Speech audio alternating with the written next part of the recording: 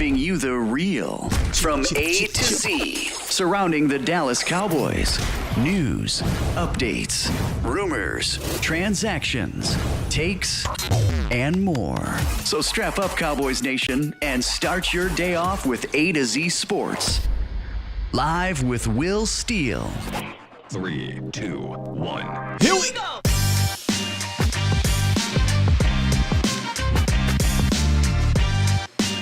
Keep your filthy hands off Will McClay, NFL.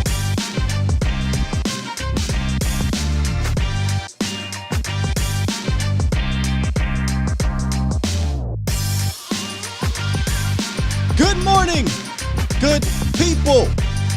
Welcome to A to Z Sports Live, presented by Texas Family Fitness. I am your host, Will Skywalker Steele. I need a boom. Boom. It is Tuesday, January 11th, 2022. Only a few days away from the Cowboys facing off with the 49ers in the playoff wild card round. And today, we take a first look at the X's and O's of things. Yesterday is out the way. We got that out the way. Yesterday was about the raw emotion. It was about the excitement of the matchup, of the game, of the playoffs. Today, we begin breaking this thing down individually, day by day, until we get up to Sunday at 3:30 Central. And with that, we're going to start off with the Cowboys defense going up against the 49ers offense. We'll look at some of the things they do schematically. We'll look at some of their individual players. And then we'll have my guy Foots the King will be calling in a little bit later on in the show to break it down even more. And, of course, we'll also open up the Pulse of the Nation hotline, as we always do. But if you're just tuning in, this is A to Z Sports Live, presented by Texas Family Fitness. I'm your host, Will Skywalker Steele. Each and every morning from here on out, make sure y'all stay tuned as we get you ready for this Cowboys-Niners matchup. Today, like I said, we'll jump into the lab, actually, to look at some of this Niners offense, and then Foots will be calling in. And then tomorrow, Mauricio will be on, and then Thursday, we'll have Okoye, and then Friday, we'll see what we'll have then. So, got a star-studded week going, lined up for you guys, and let's just make this thing good. Let's make this thing good, right? But first, let me give congratulations to the Georgia Bulldogs for winning the national championship yesterday over the Alabama Crimson Tide. Let's clap it up. Great game, great game. And I want to personally shout out and salute our guy, Professor O, and Patrick Walker, because they're living the equivalent of your sports fans' dream, okay? They are Braves fans, boom, national or MLB champions. They are Georgia Bulldog fans, boom, national champions. But they're also Dallas Cowboy fans. Can we make it the trifecta? Come on now, let's make it a trifecta, man. So salute to you guys. I mean, this has to be an amazing feeling. The last time I felt that way was with my Lakers, but I'm waiting for my Cowboys to make me feel that way. So I'm really hoping they can make it the trifecta just for selfish reasons. Sorry, Professor Patrick Snow C. Walker. I need the Cowboys to get this dub. I need y'all to get this trifecta for personal selfish reasons. That's all. That's all. But nah, real rap though, shout out to the Georgia Bulldogs. They deserved it, man. What a great defense over there. I'm not in the college lab just yet, but I do know I've been following that defense purposefully because they got a lot of players over there that I like, and I would love to add to this defense. So I'm going to be jumping into the lab after the season. But, man, there were a ton of NFL draft prospects, as you would think, in that national championship game, man. Yeah. All right, let's give some shout-outs in order before we jump into the roundup. Miss Tamar DeBar. We got, let me go on YouTube. We got Miss Sheila, Matt Goddix, Fresh Fade in the building, Lisa, James Simmons, Iceberg Q. I see you want to go up here. Daniel Harrells, Damian North of the Star. What's up, North? Dallas Sports 1977. My lady in the building, Michelle. J Mart, Killing to be Dylan. I like that one. Jacob, Mark Smith, Alpha Mason, my bad, Frankie Franchise, Miss Angelica, James Rogley, TC915. By the way, TC915 has a Facebook group. You could drop that Facebook group name in the chat here, TC915. Make sure y'all check that out as well. And, of course, check out A to Z Sports Dallas. We have a page on Facebook. Matt Goddix, Mike Harris, Scotty Laxton, Jesse Falls, Reyes, what's up? Miss Nisi, Jonathan Scruggs, Holo, Oh No, Adam Mack, Sin City Cowboys, Donnell in the building. Who else we got over? C. Burleson, what's up, C? We got Donna on Facebook, Oscar Sullivan, Dannon, my guy, what's up? Lance Bell, Tim Garcia. Let's see who else we got over here on Facebook. John Garcia, the Garcias. Andreas, Larry, Leo, Sergio, Pete, Tammy, Dorothy, Joe, Chuck, and Kelvin. Shout out to everybody joining today, this morning, as we get ready to take a look at this matchup in regards to X's and O's. Yesterday was fun, though. Yesterday, it was about, like I said, the raw emotions of being in the playoffs and feeling confident and excited. Because, again, when you start breaking this down, it's going to be a fun matchup. It's going to be a fun game. But it's only really fun if you win.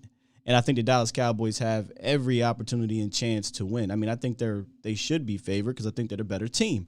But in the playoffs, it doesn't matter who's better or not, right? You got to go out there and you got to execute. And we're going to figure out where Dallas has some advantages on defense and where the Niners make opposing defenses struggle with their scheme. But before we do that, let's jump into the roundup where we got some teams trying to poach Dallas Cowboys front office management and Dallas Cowboys coaches still. And we got some guys back from the COVID list, so we'll take a look at that as well. So here we go. Looking at my Gucci, it's about that time. It's time! It's time! It's time! It's time! It's time. It is time for... It's time for the morning roundup. Round 'em up, boys. This is the morning roundup presented by Texas Family Fitness, a solution for your fitness goals.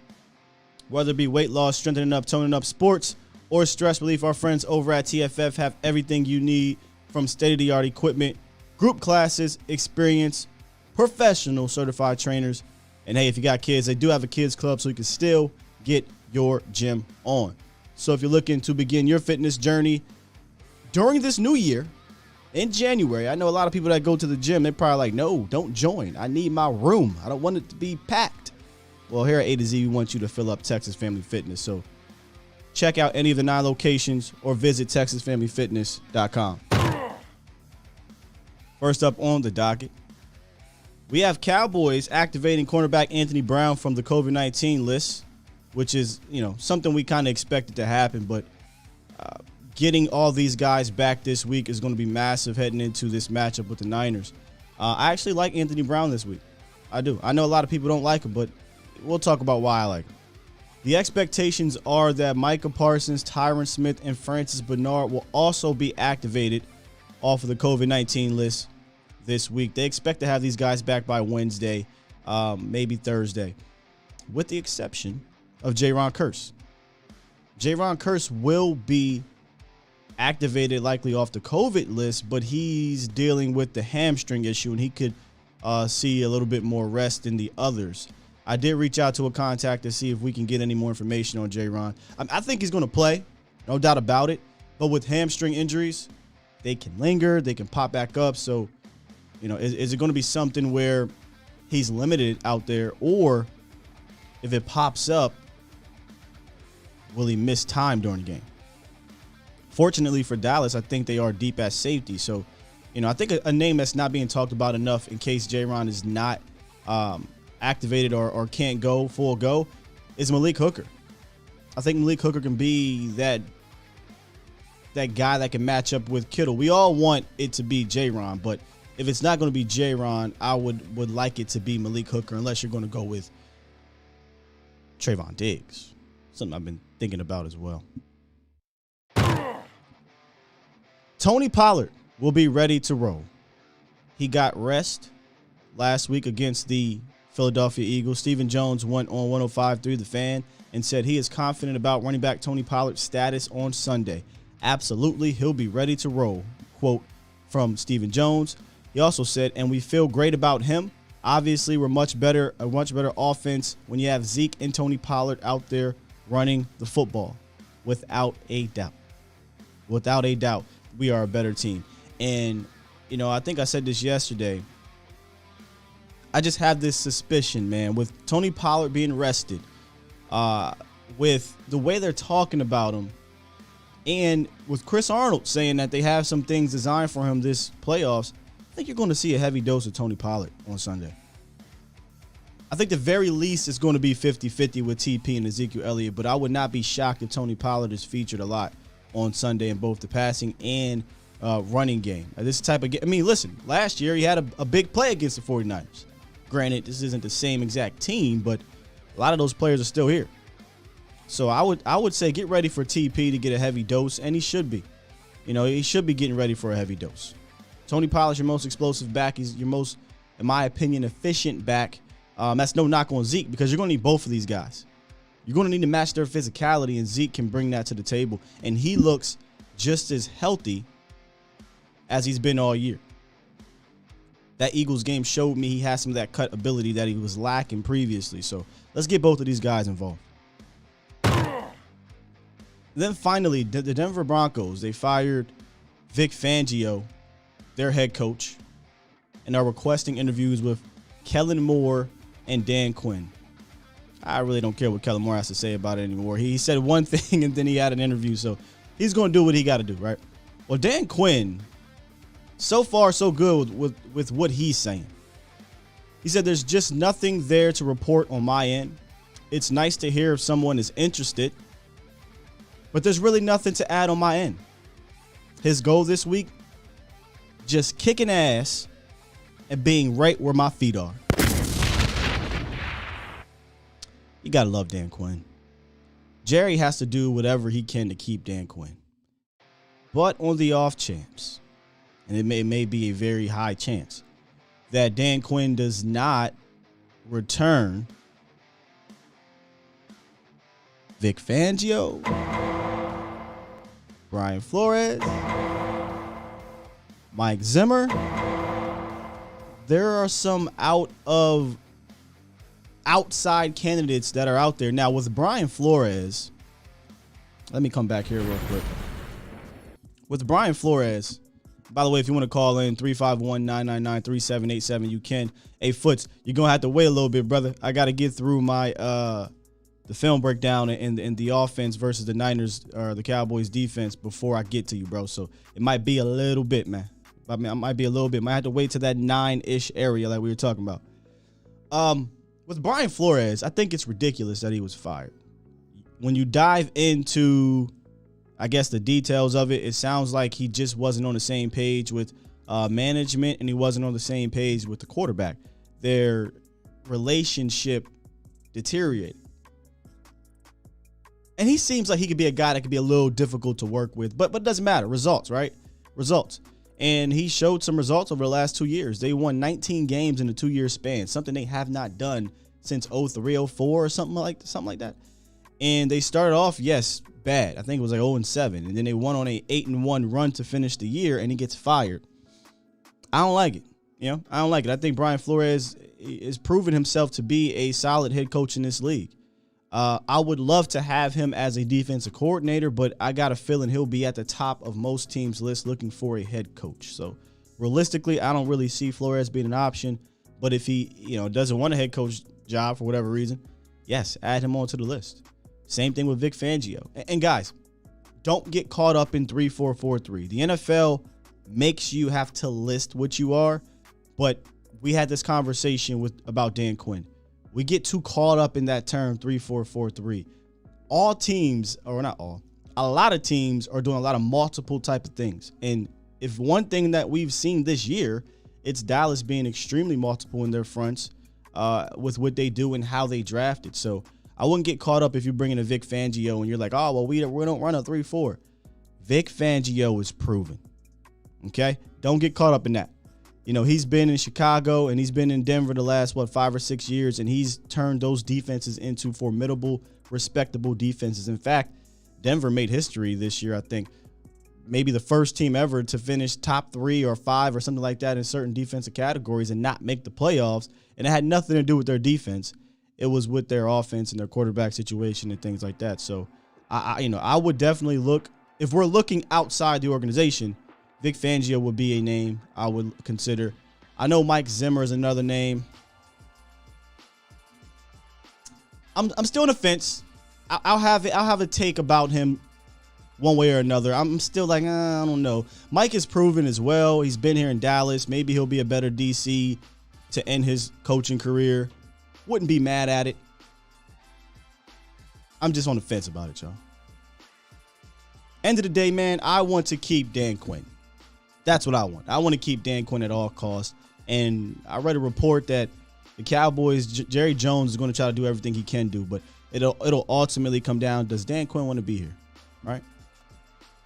Does Dan Quinn want to be here? And let's actually get into the first word, which is Dan Quinn talking about this matchup with Kyle Shanahan and this offense, the challenges they present from a schematic standpoint. This is Dan Quinn speaking on that Shanahan scheme.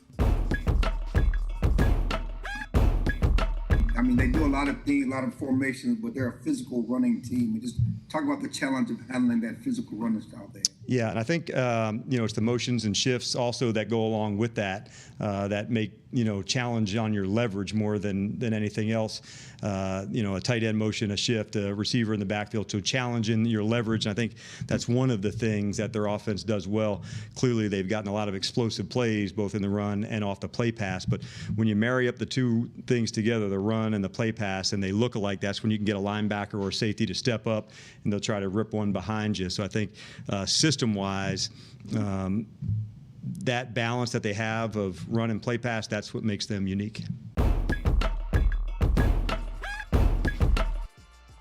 He said some things in there that I hope that we pay attention to this week, because the word of the week with the Niners is physicality, but I think right up there should be discipline and leverage. They challenge you just as much in those aspects, like Coach Dan Quinn said, as much as they do being a physical team. I mean, it's football, everybody physical, but what makes them this physical mantra is that they will literally play to it all game unless you force them out of it. But I think it has a lot to do with leverage. I think it has a lot to do with being disciplined, and we'll dive right into that. So give me about 30 seconds, y'all, and grab your drinks, grab your coffee, and let's jump into the lab with Skywalker, man.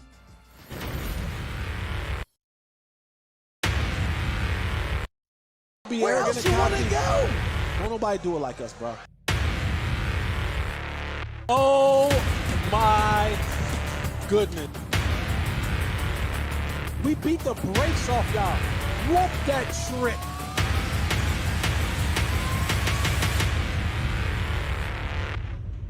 Game Day Live. Make sure y'all there this Saturday. Texas Live. Revolver Brewhouse. Jesse Howley. Skywalker Still. Gonna be lit. All right, here we are, man. Jumping into the lab to take a look at the 49ers offense in the first half against the Rams. And I chose this first half because they're going to come out and do a lot of these things against the Dallas Cowboys. And it's going to be up to them to have this kind of performance that the Rams had against them. First up, the first thing you're going to notice about the Niners is that they'll run a ton of misdirection. And a lot of the times it'll be with multiple guys. So if you take a look at that play right there, you'll see Kyle Juszczyk and the tight end. Here's Kyle Juszczyk. Here's George Kittle, who is kind of a weapon as a blocker. They'll simultaneously run different ways, and it'll confuse your defensive front and your linebackers. And you can see that happen with number 51. He's going one way, plays coming another way. So it's going to be real important to remain disciplined in this game. Very disciplined. And you'll also have to maintain your outside leverage, and they love to use Kyle Juszczyk in this yo-yo formation. Like, not too many fullbacks are going to run yo-yo motions like this. But if you can keep them at bay with their outside running ability, you can keep them behind the chains. And the Rams did that very well in the first half. Now, that was Jalen Ramsey coming up being physical, which is why I like Boss Man Fat in this game. I like Anthony Brown. These guys come up and they play. Again, same thing. Outside leverage. You're rarely going to see them run. Rarely going to see them run without moving Kyle Juszczyk. Rarely.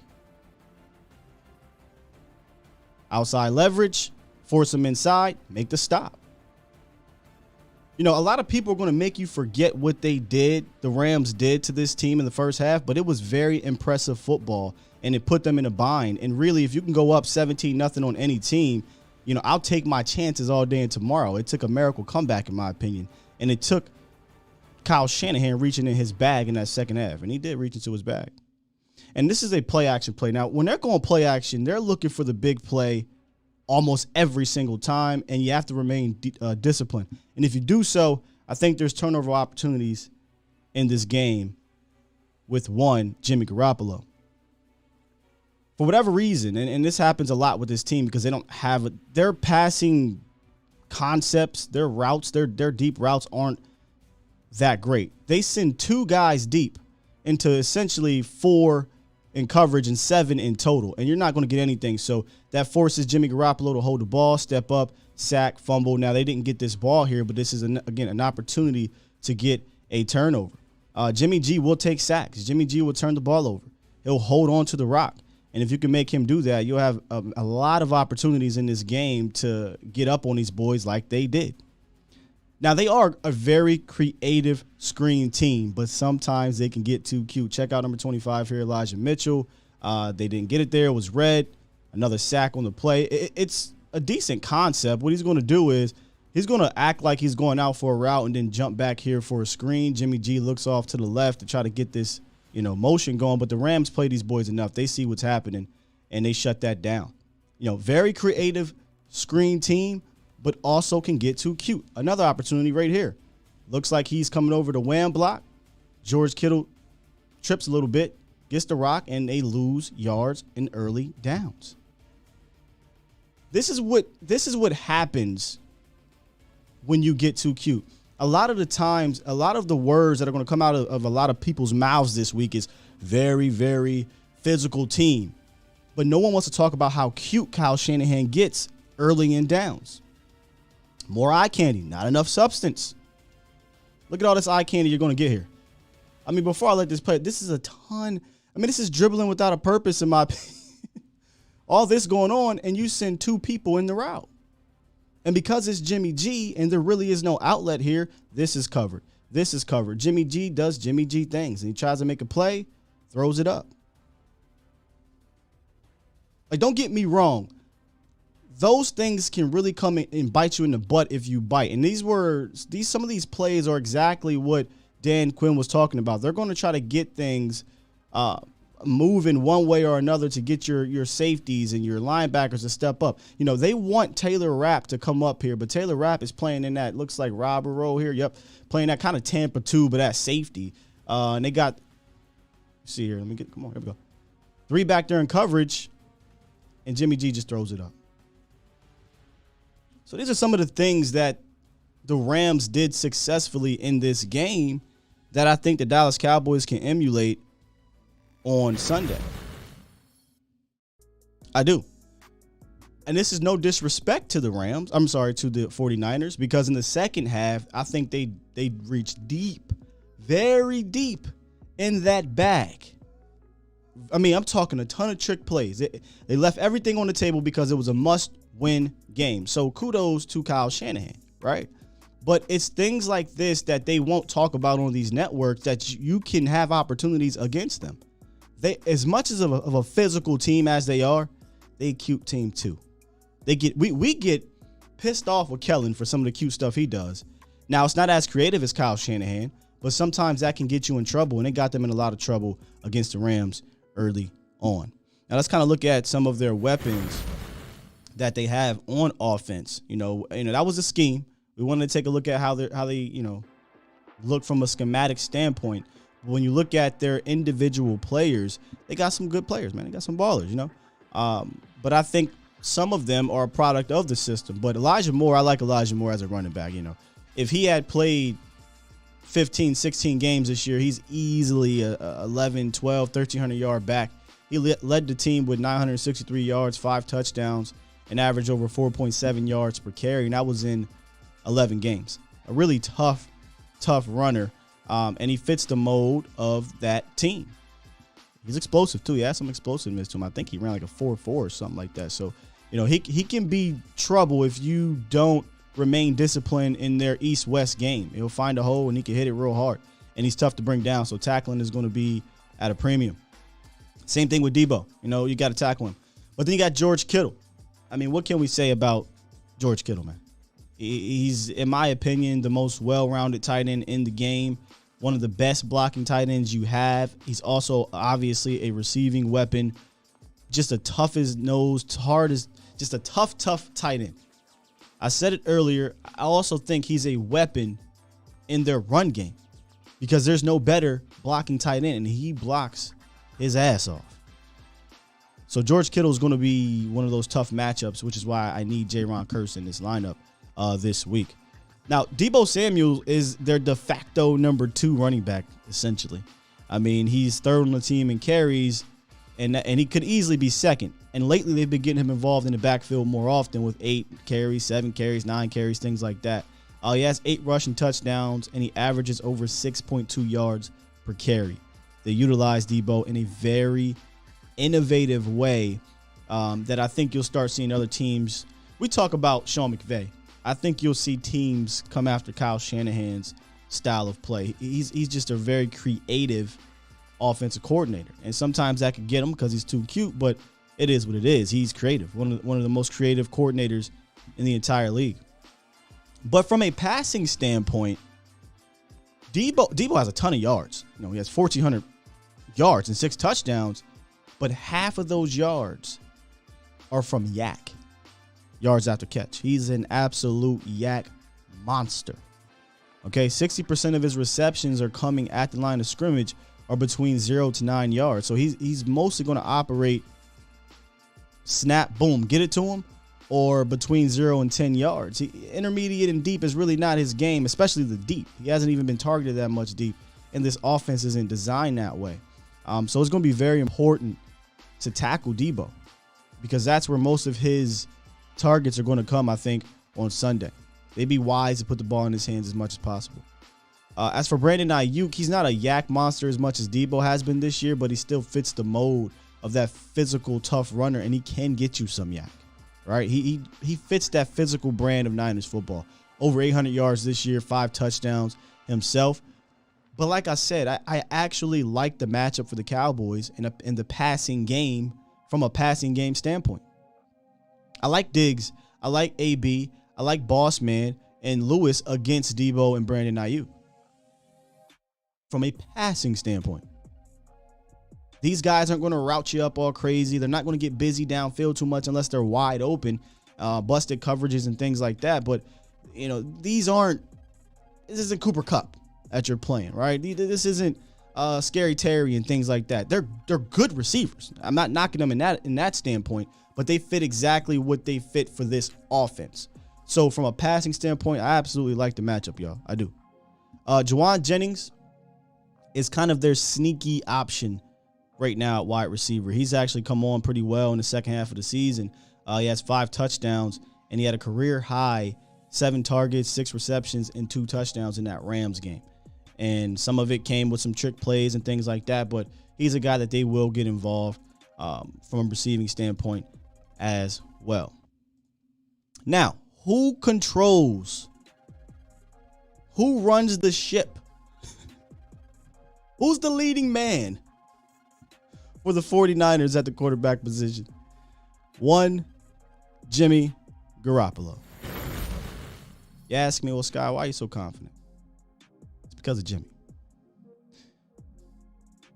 Easier said than done when we talk about forcing teams to be one-dimensional and things like that, but it has happened.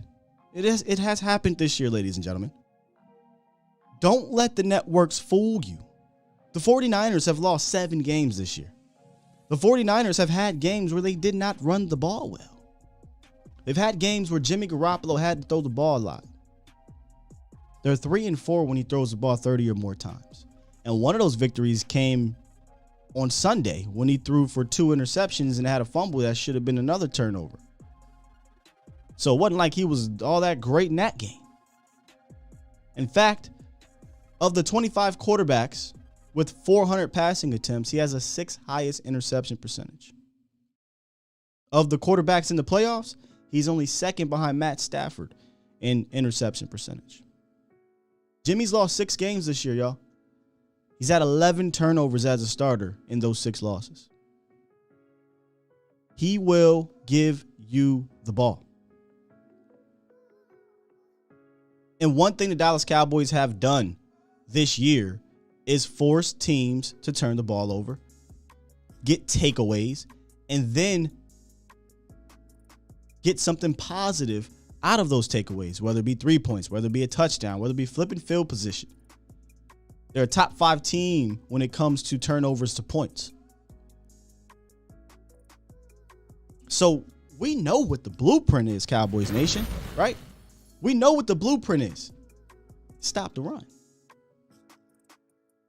Again, easier said than done. A lot of candy, a lot of eye candy, a lot of side to side, physical toughness. They're going to bring all that stuff to the table.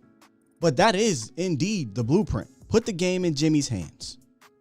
And I know a lot of you are going to say, well, what happened with the Rams? The Rams got up 17-0. The Rams, you know, they put the game in Jimmy's hands. No, they didn't. No, they didn't. The Niners remained stubborn because they knew, damn it, if Jimmy has to throw this ball, we're definitely don't have a chance at coming back. So they ran it. And they ran their way and tricked their way into getting back into the game. But there's also another side of the ball that the Rams didn't continue to keep the pedal to the metal on, and that's offense. They got very conservative. They got very scary towards the end of the first half, and especially at the end of the fourth quarter. They didn't play to win that game. They played to not lose it. And one thing we know about the Dallas Cowboys, you can call them what you want, but they are, in a way, front runners. Meaning, if they get up 17-0, if they get up 21-0, if they get up 21-3, 14-3, and they get the ball back, they tend to run the score up as opposed to let you back in the game that early. You know what I mean? Like, we've seen that. We've seen when Dallas scores first, I believe there's something like 8-0. When Dallas goes down by 10, that's when things get funky because Kellen Moore tends to go back into being the Kellen Moore we don't like. So the blueprint's there, Cowboys Nation. The Niners present challenges without a doubt, but they can also be beat. This isn't a juggernaut the Cowboys are playing. In fact, if there was a juggernaut aspect to that team, to me, it is their scheme. They have a really good scheme, but as I showed you guys when we jumped into the lab, their scheme has flaws. You know, it does. All right, Cowboys Nation, let's get into the phone lines. We got Bro G on the line first up. What's up, Bro G? Yo, Skywalker Steel, what's up, man? This is freaking 49er week, bro. You don't understand. I live in the Bay Area, man, so it is very big up Personal here. For you. Hold on. Are you still there, Skywalker? Yeah, I got you, brother. I said it's personal for you. Oh, this is very personal. I don't know if you grew up in the 90s, my man, but this is big. Hey, 49er fans are out here talking the most. They're acting like we're scrubs out here. I know. Like, oh, you guys in the NFC least, you guys have 6 wins that don't even mean nothing. No one said that when the Patriots were in their weak division win the Super Bowl. So this is it right, man. I'm like, this is it. You don't even know. You don't understand. This is a big week. You don't know. They're talking the most out here. You're behind enemy lines. I'm right here at work. Hold it down, bro. Who are 49er fans. They're talking about they're going to run us. They're going to run the ball. We can't stop the run. We never been able to stop the run the whole year. Oh, boy. But they're going to be in for a big, big, big surprise. I'm not talking. I'm going to wait for the game to play. But I'm just laughing. They're really, like, even the media out here, they're really overlooking us. You don't even understand. They act like we don't even deserve to be in the playoffs. Yeah. I'm just so excited. Everything you said is true about all your analysis. They're going to like, dude, I'm starting to lose my breath. That's how excited I am, man. That's cool, man. I love the passion, bro. I love the passion, Bro G. Hold it down there in the Bay Area because I know it's mad personal out there. And I know those Niner fans are loud and proud. I ain't mad at them, but, we here for a reason. We earned to be here. You don't even know how much mess we're talking out here, bro. Like, I don't even hear the Cowboy fans talking mess like that. Like, we know this is serious. Like, they're still talking about the Rams win. We are focused on this game. Right. Even the fans are focused on this game. They're still talking about the Rams win. Now, like you said, that comeback was an anomaly. They won't come. That's the an only anomaly. comeback I've seen them have. That doesn't happen. That's an anomaly. They don't come back like that. They actually give up leads. Most of the year, they give up leads. When they have given up big leads, like 10, 17-point leads on the regular. So if we get behind, I'm not going to be worried because I know we have the personnel to come back. So we do, bro. G. I'm going to keep calm. Go ahead, because I'm out of breath, but go ahead. It's cool. Yeah, I'm trying to let you catch your breath. We do have the talent to come back, and we've come back all year for the most part, sans maybe 1 or 2 games. But you don't want to go down by 10. I mean, that statistic is no joke. Cowboys are 0-4 when they go down by 10. And I think it's because we start pressing a little bit. So, I think they need to make an emphasis on coming out here and starting out strong. We do, man. Hey, I'm going to get off the phone because I'm losing my breath, bro. So. Appreciate you, Pro G. Hey. Yeah, my boss is right here. I'm even next. That's how big it is. I'm next to my boss talking to you right now. Tell your boss, Cowboys Nation said what's up. He just said I'm going to lose my job if I don't get off the phone. All right, bro. Hey, you got to get out of here, bro. Get on up out of here. Ooh, it's real for Bro G. I can dig it, man. It's real for a lot of us, man. It's been a while since we felt this good about this squad, and I'm not finna let no national media tear that down. 678 in the building, and we got Reek. What's up, 678? Hey, what's going on, man? This is Daniel from Atlanta. Yo, big-time Cowboys fan since 79. Yo, all these 49er fans, everybody on the media, the national media, talking like, oh, Debo and the Yak and all that good stuff. But at the end of the day is we turn the ball over more than anybody. Yeah. And when we score, we're not going to play games. This is it. Did y'all hear what Dak said to Lisa Salters at the end of the game when they played Philly? She said, who do you want to play? Do you want Arizona? He said, it don't even matter. We're going to do what we got to do. Next man up, and we're going to do it. That's the mindset that he needs to have, that our team needs to have. I mean, if you think about it, Tank realizes, bro, that this isn't something that you can just get every year. You don't get these opportunities. And the team that we got, let's be honest, we may not have this team next year because of money and financial reasons and all that other stuff. So I think at the end of the day, you look at this, and not to mention our coaching staff may not be there. So I think these guys have a lot of mutual respect for each other, number one. They know that this isn't something that you can just assume. We know what happened with Dak last year. I think there's just a lot of foundational strength at the root of our boys. At the end of the day, no one is everybody counting us out. Dog, this is a 12-win team. In the games we lost, Las Vegas, Tampa Bay, all those are field goals. Just silly stuff, man. We should be number one. I kick our team every time I think about we should be the number 1 seed. But you know what? Maybe we need this type of hunger. Maybe we need this type of hunger, homie. Maybe we need this. Yeah, I like when we play we can't sleep on it, bro. Yeah. We can't sleep on it now. We got to take it. You know what I'm saying? I feel you. I like when the Dallas Cowboys are doubted. I think they play better that way, and they're not reading the press clippings. And we can't act like that's not real because we saw it happen against the 49ers, right? We saw them. They came out. I'm sorry, not the 49ers, against the Denver Broncos. They came out and they said, we thought we were just going to come out here and win. And I think you saw a little bit of it against the Cardinals, too. You went on that 4-game win streak. You were extremely dominant in doing so. And then they get to the Cardinals game, and they're like, we're going to roll out here. We're going to beat the Cardinals. Statement game, pumping themselves up. I think they've had enough of themselves this year to realize, all right, this is what Dak say, line them up. The real shit start now.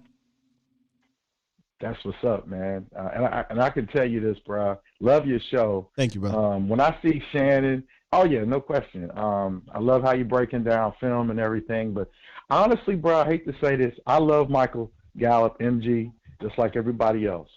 But I believe putting Cedric, I think Cedric having him in the slot As much as I love having CD in that slot, it's just something about him because he's a gamer, man. And he and you know what? Him and Dak have had a relationship from way back in the day, from when Cedric first came in as a rookie from Boise.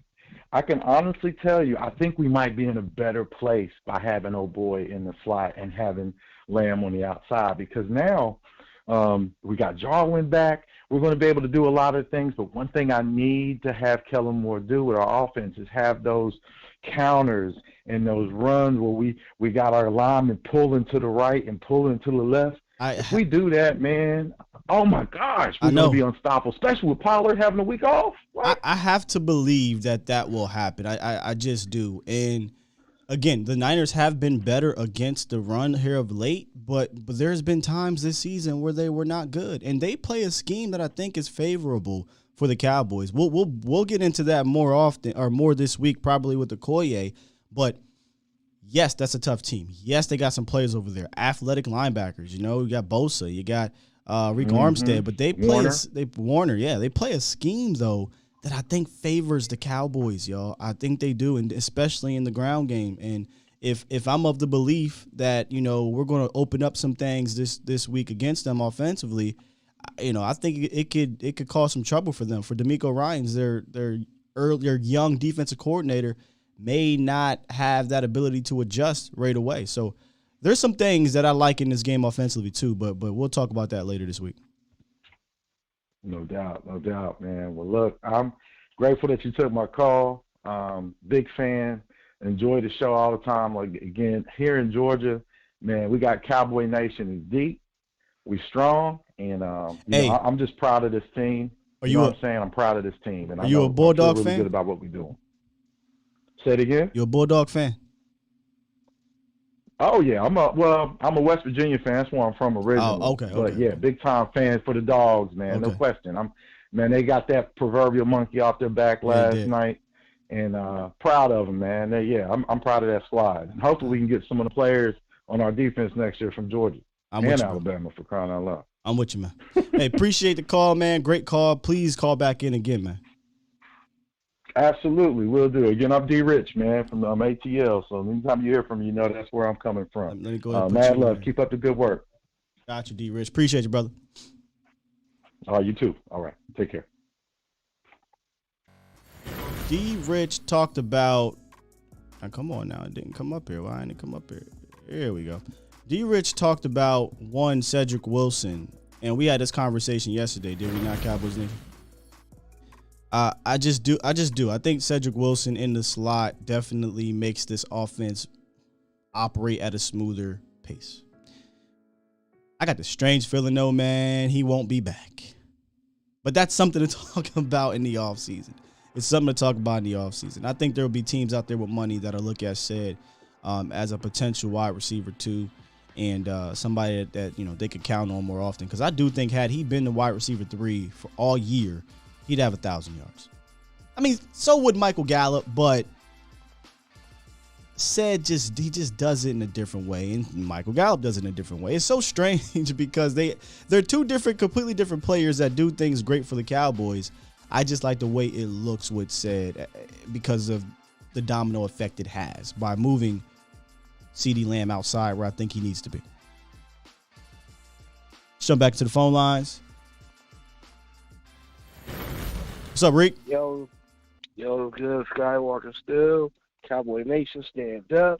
Quest for 6. Like, subscribe, share. Show Skywalker, you know what I mean, his love that he needs out here. Appreciate you know what I mean? That he deserves. What I gotta say is this, man. Cedric Wilson, he is the man. But see, everybody gotta understand something. Cedric Wilson used to be a quarterback. Yep. So he knows where to be on the field and how to break down defenses through a quarterback's eye in a wide receiver body. So that will make him special. And at the same time, too, he's more of he know how to move the sticks. He know where he need to be at. That's point blank, period. And you got to think about it. Dak a quarterback. Kelly was an old quarterback. He was an old quarterback. So they all on the same page about things. Mm-hmm. They know what's comfortable to the quarterback. Let's see if I can pull him up. But my whole thing is like with us, like Michael Irvin said about these wide receivers, you gotta get Coop his touches early. Yes. You already know he's gonna play pissed. He already know he's gonna play pissed off because Alabama lost last night, and you know he's a roll tide dude. Get this dude the ball. He know about being in championship situations. Get that dude the ball, man, early and fast. CD Lamb, he has to catch the ball. He has to be on some stuff like Michael Irvin. He got to be a true 88. He got to, get the power from the old 88 and be that 88. You know what I mean? You see the ball, that ball is yours. Nobody else can catch that but you. That's the type of attitude we need as a team going into this. We go steamroll these dudes. We're not gonna play with our food. My whole thing is everybody needs to be locked in from the top to the bottom on this team, man. Everybody needs to be locked in. We don't need on them stupid old penalties. Yeah. Holding us back. I'm tired of moving back. Let's move forward, man. I'm tired of it. And defense, offense and defense, the game's going to be won in the trenches and the turnover game. And whoever has the less penalties. My thing is, let's go get this thing, man. Like the last caller said, we might not have these players back, man. A lot of these players back and a lot of these coaches back. So this is the best run. This is the best chance we had to make a run in some years. Let's go get this thing, man. I don't want us to start slow. I want us to come up with that same mentality that we had the first game of this season. Even though we lost that game, but I love the dog mentality that them dudes came in Tampa Bay with. Like, we don't give a damn that they the Super Bowl champions. We don't care that they're about to raise the banner. But we came in there to play, and nobody expected us to do that. And that's what we need. That's the Dak I want to see. I want to see that fearless dude. Like, nigga, excuse my friend, we here. We ain't playing no games. You in Cowboy Stadium, and our fans, we need to show up and show out. We need to be in there, like, let these people know that this our stadium. They in our house. They didn't want to come in here today. They should have been somewhere else, but they didn't want to be here. That's all I got to say, Skywalker still. Peace, Cowboy Nation. Let's go ahead and get this thing. Man. Mr. All I Gotta Say Is, a.k.a. Reek. I need to get a little graphic for you when you call in and do a whole Mr. All I Gotta Say. My man. Let's get DMV, my man DMV Fanatic. What's up, my boy? Hey, what's going on, man? I just wanted to make sure that I called in because, normally I'm the X's and O's guy. I'm normally the guy that calls in and tells you what a football team is thinking. But for the first time in a long time, man, I'm just excited to be a fan. Right. Like, I feel like I'm 8, 9 years old again when it was the 90s, man. Definitely. You know what I'm saying? I think that I ultimately we just can't make this game bigger than what it is. The Cowboys just need to go out and take care of business because we're the better football team. Agree. We're just the better football team, man. While the Niners, all the Niners fans coming on my channel talking about, oh, we playing the NFC West. You guys playing the NFC East. They don't understand. None of that matters. Doesn't. None of that matters. All that matters is the matchup on Sunday, and either you executing or you're not. You know what I'm saying? None of that stuff matters. None of it. Division they can't stuff. Give us the look. Division stuff matters during the regular season because you want to win the division. But once you get into the playoffs, none of it matters, man. This is the NFL. We've seen poor teams beat good teams, outside of the division, right? So none of if they're coming to your channel talking about we playing the NFC West, say okay, and exactly. What have you done for me lately? Is it? What kills me about Niner fans that talk about the 90s and things like that? Yeah, y'all been to the Super Bowl. Yeah, y'all been to some NFC championship games. But y'all ain't won the Super Bowl since 1994 either. So why are y'all acting like y'all did something amazing in the last 27 years? I digress. Exactly. Y'all got there, and you lost. And you know what I'm saying? Like, you lost, bro. I mean, it is what it is. All right, cool. But all I got to really say is, as long as the Cowboys, man, just go out there, execute, make minimal mistakes, take advantage of their mistakes, this game will get blown wide open. And that's a game they don't want. They don't want us scoring 7s. Just don't allow them to control the tempo because that's the only way they can win the game. And that's it. They can't do the things Arizona was able to do or Denver was able to do. They don't have the back end to do those things.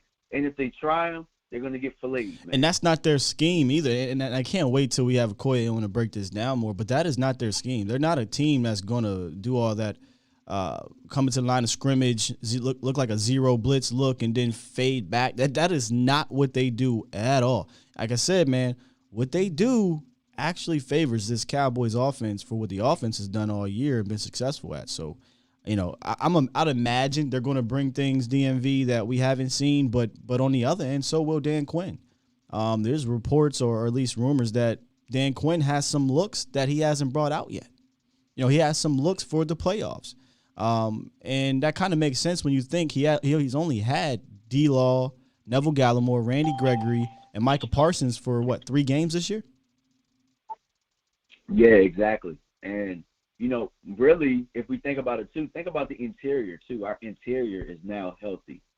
You know, scratch the Eagles game because we already know that I got our dogs, all of our dogs wasn't out there. But Neville Gallimore, Tristan Hill, you know what I'm saying, all those other guys, all the other supporting cast, that interior has worked wonders for our rush defense this year, and I think that's going to be key going into this game. No, you're right. I think when it comes to them, because what they like to do offensively is trap and wham you and counter you to death, DMV.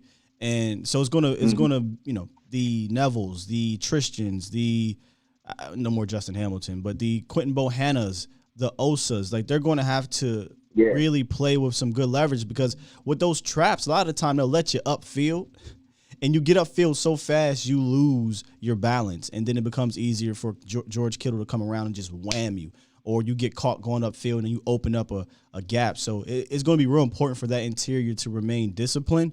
But I like them. I like the interior. Again, I know they got Aaron Donald over there, and Aaron Donald kind of wrecked the game in the first half a little bit if you look at some of the plays. But it took them getting things outside to open up stuff, and then once they got going, once the levees broke, they just kept running the ball on the Rams in the second half and doing trick plays. But that first half is any indication, I think you got a shot. Not just a shot, I think you got a chance to get up on these boys. Yeah, definitely, man. And, you know, I'm going to hang up because I know that there's other calls and stuff coming in, but I just wanted to, you know, show some love, come in here, man, just let you know, let all Cowboys Nation know. I'm excited, bro. I'm excited. I'm like a kid in the candy store.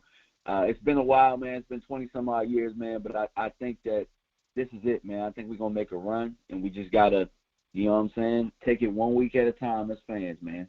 1 week at a time. 100%. But no, I'm saying 1 week at a time. You're right. Yep. So appreciate you, man. And, you know what I'm saying, like, I'll see you next week because I'm going to guarantee a win on your channel now. Guarantee. I love it. My man, DMV. Appreciate you, brother.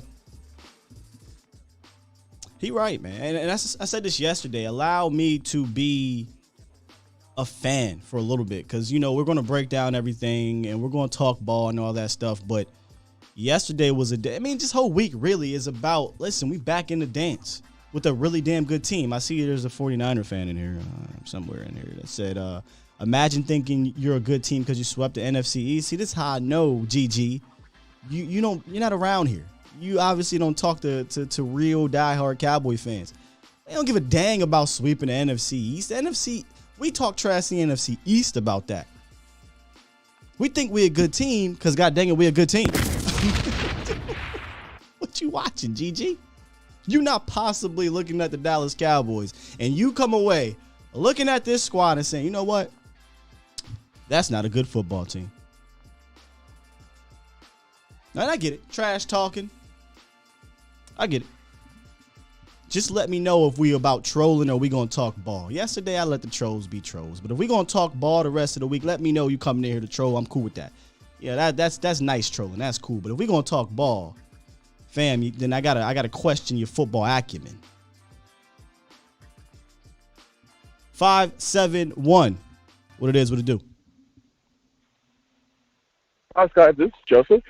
What's up, Joseph? Hey, I heard like some people were calling in, but one thing I'll tell you, the Rams do not have a Michael Parsons up the middle.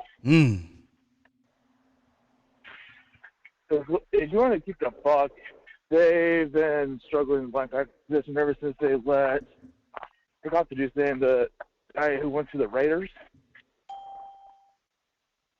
I couldn't say that again. Really, the Rams have been struggling like in the middle, which I know most of their run game was coming from the middle, but the Rams really haven't had a linebacker to stop it. Right. Yeah. If you look at the breakdown we did, 5-7-1, there was some plays in there where I meant to point out, like, that's going to be Micah Parsons attacking your A and B gaps. It's going to be Micah Parsons one-on-one with your guard and your center. And he can beat those blocks either with power or finesse, and he can get in the backfield and stop those things right away. So, yeah, they don't have a Micah Parsons, right? They don't. Yeah, they got Von Miller on the other side, but do they got two Von Millers?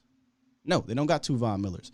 I like to think that our front seven can match them from a physical standpoint. The only part of the game up front that has concerned me, and it's been concerning me all year, this isn't new, is the scheme. The east-west stuff does work. You know what I mean? It does. It moves a lineman. It moves a linebacker. But that's the only thing I'm really worried about the front seven. But getting physically outmatched, I believe in our front seven to not get physically outmatched. But if schematically they get caught off leverage or they get caught being undisciplined, then it's going to look like they just got smashed. In reality, they went one way, tried to come back the other way, and got met with a center or a guard. But I digress. Right. But even if you want to do that, like, if you want to, like, do you see how many times we play our strong safety near the line of scrimmage? Most of our dudes can tackle well. Yeah, oh my goodness. J-Ron Kearse is an amazing tackler, so it's going to be very important for him to be in this game. Right, and really, if you want to talk about, if you had to break down the receivers, like, they're, like, mostly the same type of receivers, yards after catch. Yeah, Yak is a big talking point this week because Debo is Debo, right? Debo is Debo, but you want to ask him to just only do pure receiver things? They're not going to do that though. Debo's. I'd be shocked if he doesn't touch the ball or get targeted the ball at least 12 to 15 times in this game. I'd be shocked. Right, and if they want to talk crazy about our division, if you want to keep it a buck, the NFC North is way worse than the NFC East. Oh yeah, I think the NFC East. There's two other divisions that have less wins in total than the NFC, less wins in total than the NFC East. So we can kind of get rid of that mantra, please. But all right, man, I appreciate the call, man. I got to get to my guy Foots, man. Appreciate you though. Thank you. Okay. Oh, I hear you. Have a good one. All right, let me get my guy Foots up in the building so we can break this game down a little bit more. Here we go. Let me get you in here, Foots. I got you, brother. Boom. You in there, Foots? Skywalker still, what it do? My man. He's in the building! If y'all don't know who this is, man, it's our roundtable brethren. It's our real life brethren, Foots the King. Make sure y'all give him a follow on Cowboys Nation TV. What's going on, brother? Sky, just the way you run this show, man, it's amazing, bro. I was listening, I was tapped in, then I had to do something real quick, and then I'm back, man. Just let's go, Sky. Let's go. Let's talk. I got into it with some San Fran fans yesterday on Twitter. I said I was gonna entertain them, and I said, let's do it. Let's go, Sky. I'm ready. Let's do it, bro. Go. Let's do it. I mean, you listen. If y'all don't know who Foots is, man, I think he breaks down the game, some of the best in our community. And I know we've been talking a lot in our group chat. We talked yesterday. I think it was yesterday you called and we were talking ball a little bit. What's kind of on your mind about this game, Foots? At least from I can't remember if you wanted to talk about the Cowboys defense against this offense or not, but whatever is on your mind, let us know. So 2 points that you hit on, Sky. Cedric Wilson over the middle of the field. I think that as I went back and watched our All-22, you're going to have to use that. You're going to have to jump in that bag versus the Niners. And then I just want to talk briefly about how the Cowboys D-line is going to have to fit the run game versus the zone scheme. And you did a great job in your first segment speaking about how they do a lot of misdirection things, and their design is to break linebackers' rules. And I tell people most defenses have rules, right? And so that play that you diagram, it looked like Kittle was pulling backside, but then you had Heathcheck, who's a really good player. Heathcheck is a really good player. Their fullback, he's lights out. I think he went to like Princeton or something. Scott, he's a lights out, smart football player. And what they're doing is they're just trying to break your rules. They're not like they're guys that their backs and everything. They're not they're not world beaters. But if you don't play contained and if you don't play sound football, they'll get you. No, you're absolutely right. You're talking about a team that I know the word physicality is used a lot with this team, but I like what Coach Quinn said. Quinn said it's really a lot about leverage. They're going to try to out-leverage you. That's the point of the ghost motion, of the yo-yo stuff, of the east-west window dressing, the eye candy. It's not about outpowering you. It's about getting you off your spot for one step. You take a false step, I now have the leverage to either overpower you or to just seal you off and allow the backer or receiver or whomever to hit that lane. 100%, Scott. And when we talk leverage and when we talk eye candy, the biggest thing is playing disciplined football. You cannot shoot gaps. I teach my kids, and it's hard because you see it, you want to go, and then boom, the play is right past you. So they're not a mauling. I think the mauling lines in the NFL are the Patriots. They just want to run at you, and the Titans, they just want to run at you. This isn't really what this line wants to do. I agree. They zones. You know what I mean, Scott? They zone step. They're going to zone step. You can look at it on film. They're going to step together when they're running the ball, okay? And then that back, right, he's looking for what? A cutback lane. People got to understand something.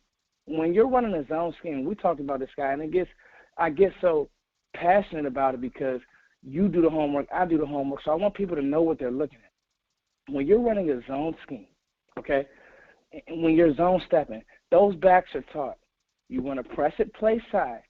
If there's any leakage, if there's any D lineman that gets cued or slices, you want to either stay play side, or if they overshoot it, those backers start getting too cute. The cutback lane is built in that zone scheme, Scott. So that's the chess match right there. People want to talk about stopping the run.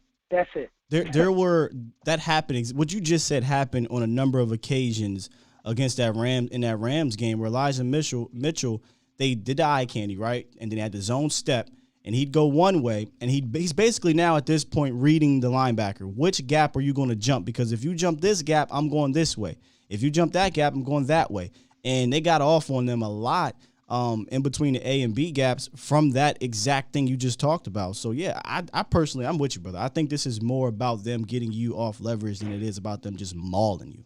They're not rarely ever, Foots.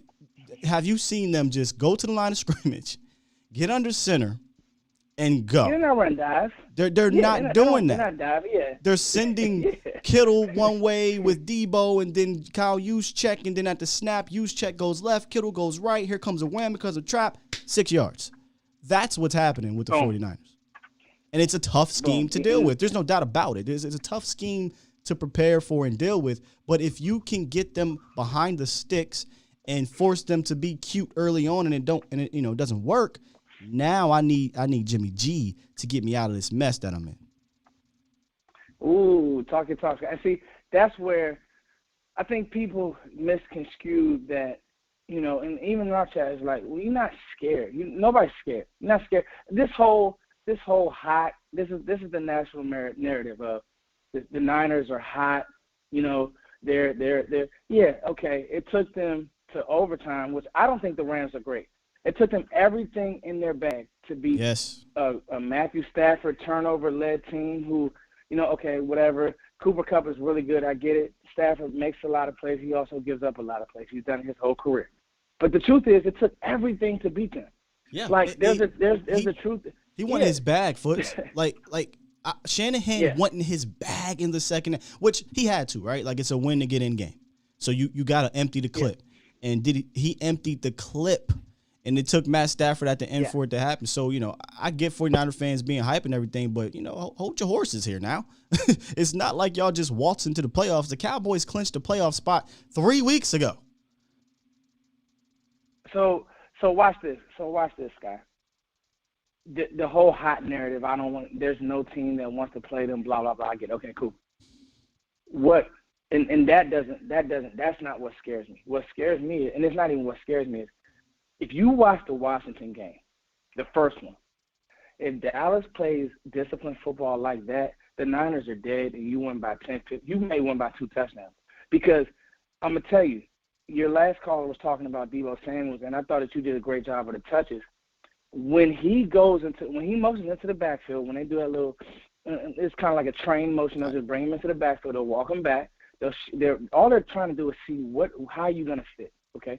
So when they motion him into the backfield, now you need a Micah Parsons to do what? If it's me, that's the chess match. When he's getting to the backfield, they're going outside zone. They're either going to hand the ball, they're going to show. He's going to get the ball, and he's going to try to get it on the edge. Yeah. Very rarely is he going to stick his foot in the dirt. He's going to go A-gap. Yeah, so he's trying to touchdown. get on the edge. You see that touchdown run against the Rams? That was exactly what you talked about. Get most of them in the backfield, and they attacked the edge to the right, and he just outran the leverage and touchdown. And that's where I'm talking about on Twitter. People are like, oh, can Micah play corner? No. It's not about can he play corner. It's about having a plan. He's going to go in motion. If it's me, Micah is the one athlete that I say, look, he goes in motion, you shoot that gap immediately. Take your chance because it will be a tackle for loss. I think the Dallas Cowboys did a great job against Dalvin Cook, okay? Yeah. And they did a great job against Antonio Gibson the first time around when the game meant something. This back isn't as good. And so if you're gonna play run fit football, and you play it like that, you win the game. You win the game, Scott. Period. You win the game. Yeah, you win the game. So this whole they're hot, they're standing there. Yeah, they're okay, right? But Jimmy G is Kirk Cousins. He's in that league. You make him start throwing. He might be worse, Scott. So you make him throw the ball. You make him be an athlete. He's not an athlete. He can't do anything. So I'm looking now, okay, how are you going to use 94? I need 94 to show me, and this is something later, Scott. I know I don't want to take up. It's something later for you. Because 90's on the field because he's going to stop the run. I don't know what anybody else is talking about. He's going to play the run correct. He's going to stack. He's going to peak. He's not going to get cute. I want to see 94 play a little more discipline against the run, Scott. I'm actually That's with you. I want to do. We had this conversation. Koye wanted to beat us up. We had this conversation yesterday. Where I was just talking about in the Eagles game. I didn't see it happen, but in theory, he's right. Like 90 usually likes to jump that B gap, but I think this year he's been pretty solid in containment. And I think that has to do with the coaching, right? You got a better coach, you got a better D-line coach, better defense coordinator. But 94, yes, Randy Gregory has a tendency to get a little greedy and try to make the hero ball. If you try to play hero ball for 4 quarters against the Niners, they will make you pay. A run now is supposed to be a 2-yard loss or a 2-yard gain will turn into a 15-yarder if you play hero ball. And I saw Terrell Basham do that against the Eagles a few times as well, and then he corrected himself. But these guys want to get busy, and I understand that, but it's playoff football now, and as Bill Belichick said, just do your job. Yeah, and I think this will be the game to put people on notice. Like, we can do our job, guys. We will do our job, and so I feel good, and I just 100% like you said, and I know I want to speak defense, but I want to just talk about really quick. Cedric Wilson, you need to harp on that all week, Scott, because I think that's the matchup right there. Like, Greenlaw and Fred Warner are really good. They are. And the defense is okay. The corners, they're okay. But I think if you can get Ced in green grass over the middle of the field, things will start opening up for Amari Cooper and CD. A few third downs, gets a little goofy, get Ced open. Figure it out, Sky. And I'm telling you, what will end up happening, those deep outs, those deep comebacks, Coop, it'll just start flying open. So that's really the matchup because he's shown it's just something that him and Dak have that I just don't. I think he has a better rapport than Dak than any of the receivers. Any of them. I don't know what it is. I mean, well, I think here's what I think it might be. CD and Coop are better. They're better players. I think the middle. I think the middle of the field is one where you need the utmost trust, because that's where you can get in trouble. But it also is one of the more easier throws for a quarterback if it's there, right? Like that's why they say tight end's the best friend, quarterback's best friend, because that's the middle of the field. It's right in front of you. And Cedric Wilson makes himself available very easily in the middle and he has hands, Foots. I mean, this dude's hands are insane. And if you making clutch catches like he has this year, I have the utmost trust in you. When it comes to Lamb, I mean, Lamb drops some balls and things like that, but Lamb is Lamb. He's a good player. When it comes to Amari Cooper, I think it's more to do with schematic. I think it's more to do with deliberately getting Coop the ball. If they deliberately game plan and get him the ball, I think you see that same rapport because he's going to make himself available more probably than any receiver on your team. He gets open. That's it. And so, again, that's where when we start talking about matchups and the whole nine and, Debo, I think Debo is good, but I think that you have Micah Parsons. Like, I just do. And I think that you use Micah Parsons in that way. And I think Micah will take on the challenge. He's just built like that. He is. He's built like that. And so, especially when he's motioning to the backfield, you got to use Micah in that way because he's really the only athlete that can do it. And you'll see some tackles for losses. And I love – here's the thing. I think what we're going to see with Dan Quinn, I think he's really going to pressure this front with a lot of five-man fronts, Foots. I think they're going to put the pressure on. Okay, you want to run these traps, you want to get busy with all this motion, then you better block everybody 1v1. And the one dude you better block there's this one play you can't see it right here, Foots, but when he put the man against the Saints in the spin motion, he didn't know what to do with them. Remember, he went in, went out, dipped, and then got in the backfield for the tackle for loss. I mean, Micah does that at an elite level. And, having him back, I think, is just going to be so damn important. So important in this run game.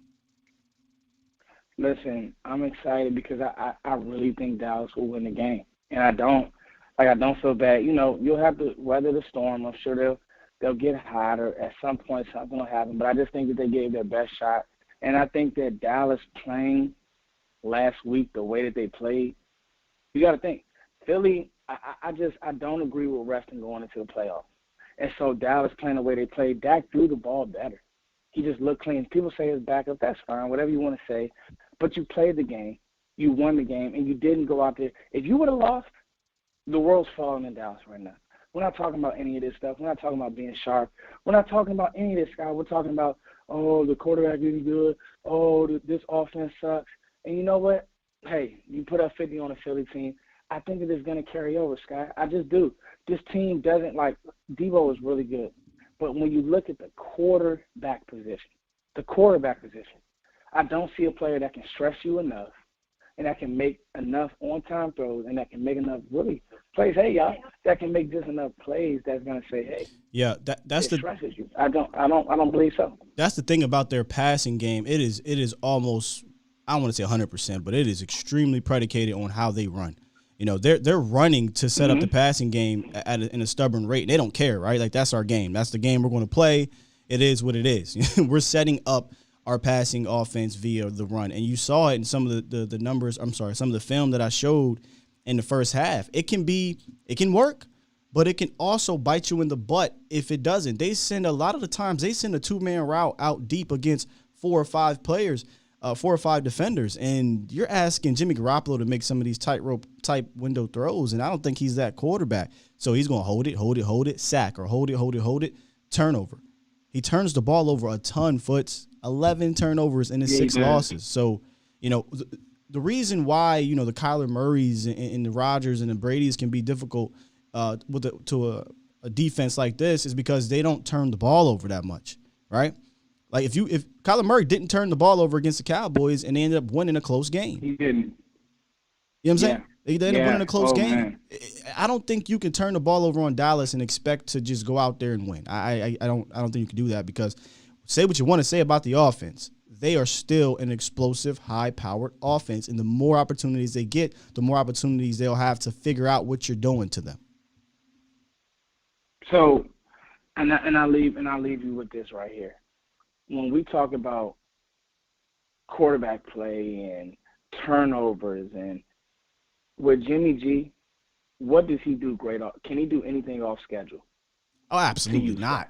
No, that's why. Can he do anything? Can he do anything off schedule, Scott? Just be honest. No. That's why when we were talking about yesterday, I didn't even fathom playing the Niners because I thought the Cardinals or the Rams would win. I said if you threw three names in the ring, three teams, 49ers, the Rams, and the Kyler Murray Cardinals, tell me who you would have wanted to see in this matchup out of those three. Oh, for sure. The Niners. Exactly. And it has everything to do with the quarterback. He can't do anything off schedule. Even Matt Stafford can move out the pocket and make plays on the run because he has a freaky arm. And remember, Jimmy G's thumb is messed up too. So, he's not going to be under center that much. He's going to do a lot of shotgun stuff. So, I like the Cowboys defense against Jimmy G. It's the scheme that gives me more concern than the actual player. Man, listen, and that's it. That's all. And these guys got to know that you have a Dan Quinn who's coached all year to say, hey, you know what I mean? I know what I know. Trust me, and we'll be fine. Listen, Seattle swept this. Great point. And I'm gonna leave it on that. Seattle swept this team. Thank you for having me, Scott. I think we in good hands, man. We have the smartest fans in the world, which means our fans will hold these coaches accountable. I just feel like if this fan base holds this franchise accountable, believe it or not, I believe that Dan hears some of this stuff. He knows what's going on, and Dan Quinn will know how to stop this guy. And he has the personnel to do it. Osa, just keep throwing waves with D linemen in and just say, go and do your job. Don't try to go be a hero. Don't try to go make a play. Stand this guy up, do your job, let your linebackers flow, let them see what they see, and make a tackle, and we'll be good. Yeah, trust me this week. Okay, trust me. This is a good. Kyle Shanahan's a good coach. He's a really good coach. Like, I might not Kyle Shanahan. I like Kyle Shanahan. I've been saying it for weeks now, right? There's three teams I always bring up where I say I wish we can kind of copy and emulate some of the things they do in the run game. One, San Fran. One is the Washington football people, and one is Philly. So I'm not knocking this team at all, but there are obviously flaws. They lost 7 games for a reason. It took overtime with a minute and 20-something seconds left to get into the playoffs. We're not talking about a juggernaut here. We're talking about a team that can be beat. A team that can be beat. Sky, I'm gonna see you this weekend. I'm gonna be in Dallas. We're gonna link up, man. We're gonna have a great time. All right, brother. I'll see you, bro. Get with me after the show. Okay, Scott. Peace. Peace. That is my guy, Foots, the king of Cowboys Nation TV. Make sure y'all go check him out. I see we got 49er fans in here. Again, I welcome you. Come on in. But if you don't like what you're hearing on a Cowboys podcast, on a Cowboys show, talking about how the Cowboys can beat the 49ers, how the hell are you going to call it a homer pod? That doesn't even make sense. I'm not a 49er podcast, fam. I'm about to sit here and talk about the whole entire show, how y'all can beat the Cowboys. I'm going to talk about how Dallas can beat y'all. And if you don't like what you see, easily scroll by and keep it moving, man. Easily scroll by.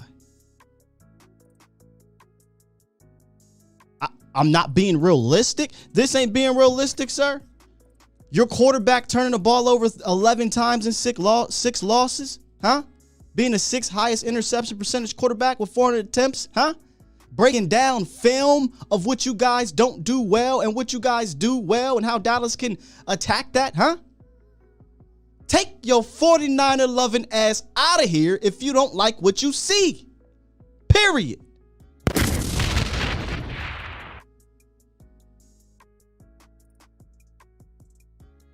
Los, what's up, man? Yo, what up, Sky? Hey, F them 49ers fans, man. I'm this close to talking like that, but I'm trying to keep my fandom under wraps this week, but it's definitely F the Niners. For real, for real. Yeah. Yeah, man. Not too Get many me started. 49ers, man. They're living in the past like we are. But hey, if honestly let the best team win, and damn, it's gonna be us. But I'll say this, man. Dak has to play aggressive and not force his hand to feed anyone. And I'll tell you 100%. what. This mindset is going to be moving up the field and feeding Pollard and Zeke on the outside and feeding Cooper and CD. And this is going to fall primarily on Kellen and his scheme he's coming up with this game. And I hope he's in his lab right now coming up with the damn scheme, because if we go in there with just plays, I'm going to be livid, Sky. Because this team is subject to be attacked. And if we don't attack those weak spots, then I'm looking at Kellen more strictly with the binoculars and be like, where's that boy Wonder, you know? So it's going to fall on him majorly. And my second thing is this. Micah is going to be the key to the game. He has to hold Garoppolo and Debo uncomfortable all the time. And I'm not worried about that D-line. Our D-line is beast, and they have gotten healthier over time. So I'm not worried about our defense. I'm not even worried about our offense. I'm just worried that we have to do what we have to do to win this game. Because if we don't do what we do best, then, we're just giving the 49ers a chance to win this game. And that's the last thing I do not want to happen, is giving Voldemort or whoever his name is a chance to win the game. I was trying to go this week without bringing it up, but did you hear Bones Fossil's take yesterday on Voldemort? For those who don't know who Voldemort is on this channel, it is the kicker who shall not be named. He brought up having a yips type thing similar to a golfer, Tiger Woods, and then he said it's psychological, and just a bunch of crap. You're right. I don't want this game to come down to him. Unfortunately, most games come down to something like that. Yeah. Let's keep it out of his hands. So we got to start off fast, and I really want to score at least 17 first half. That's my key to the game. We score 17 first half, and we have a lead, we're winning this game. But if it's going down to 7-7, going to halftime, then that makes my palms a little sweaty, because, like I said, man, we shouldn't even be on the field with tied up. Well, let's make one thing clear here. While I do believe the Cowboys can win and will win this game, let's make one thing clear: this ain't going to be 51-26. That's not gonna happen. I'm not gonna sit here and act like the team that we are playing are the Eagles of Week 18. This is going to be a tough playoff classic rivalry game. It may come down to one quarterback making a play over another. It may come down to one defense making a stop over another. I don't want to go to that extent. These are two tough teams. You know what I'm saying? So if the Cowboys do whoop on these boys by 40 or whatever, that says more about the Dallas Cowboys moving forward than anything. Yep, and like I said, Scott, in my opinion. So get ready for some sweaty hands. It's going to be a close game. Yeah, it is going to be a close game, but in my opinion, I feel like this team, with the coaching staff and the players we have this year, man, they have the best opportunity they ever had to win the Super Bowl. Yeah. And it's going to be up to them. It really is going to be up to them, because there should be no excuses. We have a 4,000-yard passer, a 1,000-yard running back, a 1,000-yard wide receiver, a 10-sack master, Micah. And we also got D-Law and Randy, who helps Micah get those sacks. So there should be no excuses. This is our year, and it's time to show it, because, damn it, I told Botch, I'm damn tired of these damn fake fans. Oh, I'm a Cowboys fan. You're a Cowboys fan only when they're winning. But when they're losing, where you at? I need Cowboy Nation. I need y'all to rise up, go to this game, stop selling those damn tickets as 49ers fans, and just rise up. Because if we don't win this year, man, Sky, I ain't gonna lie, man. I might drink some tequila all this year. Yeah. All right, I'll leave you to it. All right, man. Appreciate you, Los. Yeah, I'm telling you right now, I'm trying to get back to my mantra from the beginning of the year, week to week. Play to play, series, quarter to quarter. But if your boys get that 6, y'all gonna see me at the parade on TV, probably in jail somewhere. I'm just saying. Shout out real quick to Jay Lombardi. I see he's in the building. I always see him over on Law's channel. Salute to you, man. One of the good moderators in our community. And shout out to the chat, man. Y'all are holding it down in here with some of these Niner fans. Again, no one has said anything crazy, Niner fans. Y'all been cool, whatever. But, yeah, our chat is holding it down, so I appreciate that. So keep on rocking, man. If you are just tuning in, this is A to Z Sports Live. I am live every single weekday, 8:15-ish. 8:15-ish. You don't know who I am. Will Skywalker still, presented by Texas Family Fitness, where your goals can be reached. Your goals can be reached. Let's get back into the phone lines here. We got Rico in the building and Tony from Tampa. I ain't heard from Tony from Tampa in a while. But what's up, Rico? Hey, what's up, Scott? Man, you know, I just had a question. I've been having this theory, right? Yep. Everybody's been worried about the slump that the Cowboys went through, right? And everybody was questioning it, and there was like this whole conspiracy question and all this and that, right? The slump from what, November? Yeah, you know, like, and then that's when all the now. doubt and all the questions about our team started coming up. Yeah. And the more I think about it, you know, in Hard Knocks and at the beginning of the season, Mike McCarthy said something about the season. It's like he breaks the season up into sections. And then a few weeks ago, Dan Quinn said something about that too. Oh, now we're moving into this next, Mike calls it the third block or something like that. Yeah. So in my mind, I'm thinking, what if he had a plan? We're going to try to win games this way, and we're not going to change it even if we lose until this point in time. I mean, that would not be like so much as a conspiracy as much as a plan, and we're not going to deviate from that plan. But now this time is over, and we're going to go back to what was working. That's, to me, that's what makes me feel comfortable. You talking about Dan? Like, or are you talking about? No, Mike. Oh, so you're talking about the team in general? The team in general, like, hey, Kellen, we're gonna, like, Kellen probably had some plays he wanted to try, and then they weren't working, right? Like everyone, I'm listening to you guys and Vach and everybody, and you're like, well, what happened to these plays, and what happened to these plays, and why aren't they doing this?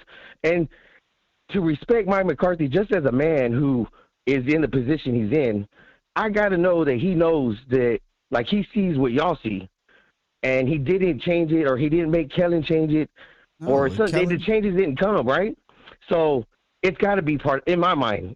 I could be wrong. I mean, isn't that the only? It was just part of the plan. It has to be the only explanation, Rico. And that's Right? why, like we got probably So that makes me feel 5, better. 6 games of evidence now where we're like, all right, listen, man, something is clearly up. I personally, everyone that knows on this channel, know I don't like that. I didn't like the fact that you're holding back plays that work all the second half of the year. But if that is the case, and I don't think it was so much holding back as we're going to try this and find out if it works. And for this period of time, if it doesn't, it's not going to. Rico, you know me. I'm gonna push back. Yeah. I'm gonna push back. You know, I'm trying. Yesterday, I was upset. I got real, and I had to just vent for a minute. Call in and tell everybody quit talking scared. Because I'm not scared. I'm excited, and I can't wait because. Like everyone said, I grew up watching this game right here, and it's cool to see it happen again. I never thought I could watch this kind of game with my kids, so it'll be fun. I'm actually going to be there with my buddies at the Texas Live, and my cousin's going to be tailgating across the street, so we're going to shoot up there and have fun. But yeah, man. I can't wait. I can't wait to make sure you get with us if you are going to be at Texas Live with me and Jesse, bro. Oh yeah, I was supposed to go there when I went for the Giants game, and it was just so packed I couldn't get in there after the game, so we just went back to the hotel. But yeah, as I said, if there's going to be a couple home games, but now there's only going to be the one, so we're gonna go this weekend, shoot up there. So I'll see you there, man. Stand up, Cowboys Nation, like everybody says, and let's not get worked up with what all these Niner fans are saying, because I mean, you know, it's game week. People are gonna talk trash, and I ain't worried about what they're saying, because at the end of the day, the actions speak louder than words, and we finna find out. Like, if you want to know, then just come on through. Let's find out. I don't want to hear about it. Let's be about it. You know what I'm saying? So, you know, thanks for taking my call. Keep doing what you're doing, and yeah, I'm gonna keep watching. Appreciate you, Rico. Yeah, they gonna talk trash, but I ain't fitting to let them just talk it. Really trying to keep my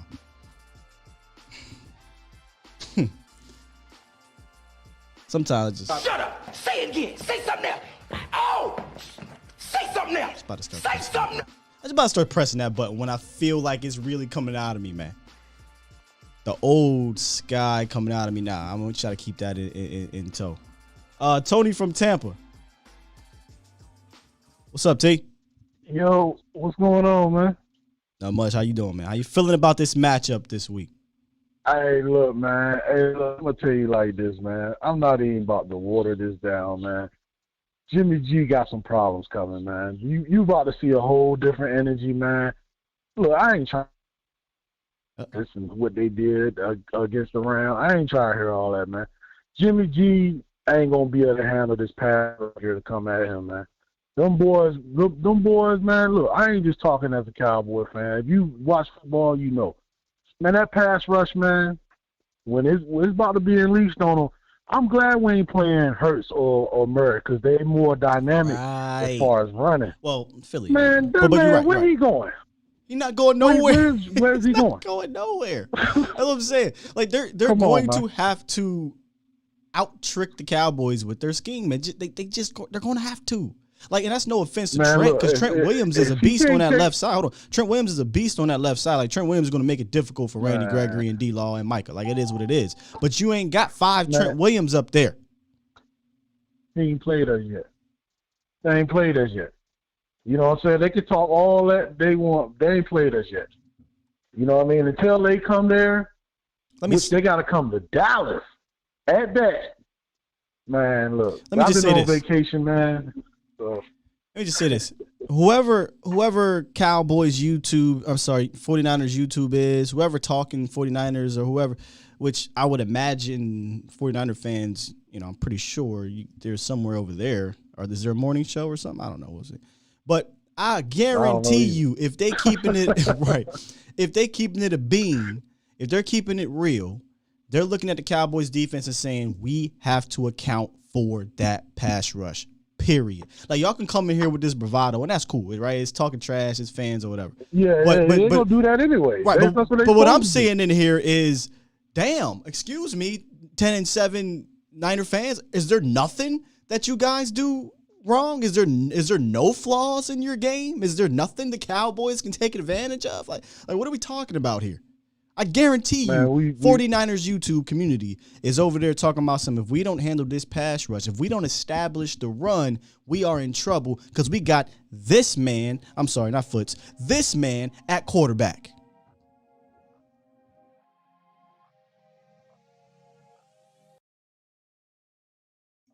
Cowboys gonna do Cowboy things, man. This is a different team, and with the playoffs, they know Dan Quinn gonna get them riled up, man. I'm just only one I'm worried about is Kellen Moore. Like, I know, I'm thinking I'm thinking like he held some plays to the side where he like, this working, okay, let's this working. I don't want no people to really figure this out from week to week. So what I'm gonna do is put these plays up, and I'm gonna draft these new plays and let them. And what plays work, we're gonna hold all those for the playoff. I'm telling you, man, you about to see something. Listen, when it came up, it was like maybe about 2 games into the slumpish thing. And when it came up, I was pissed hearing it because I'm like, this is blasphemy.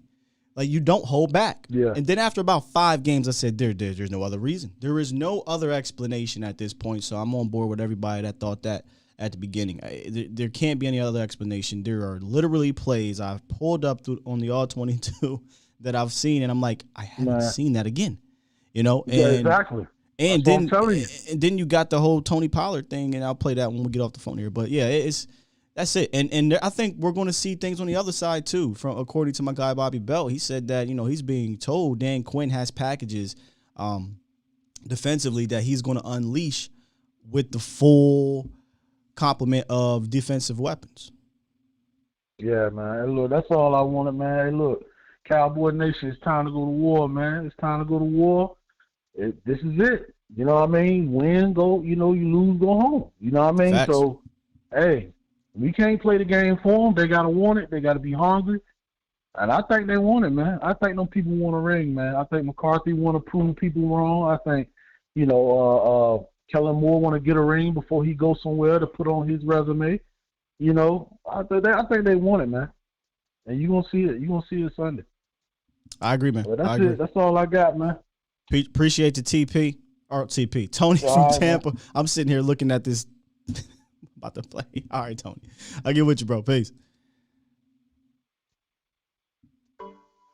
And I also know, because I have intel too, they've got plays for him to save him for the playoffs. I'm talking about Pollard. They do not want him to be hurt. When they had him rest because of that plantar fasciitis tear in his foot, it was a good break. But at the same time, they don't want to overexpose him because they've got some stuff designed for him for the playoffs. Just letting you know.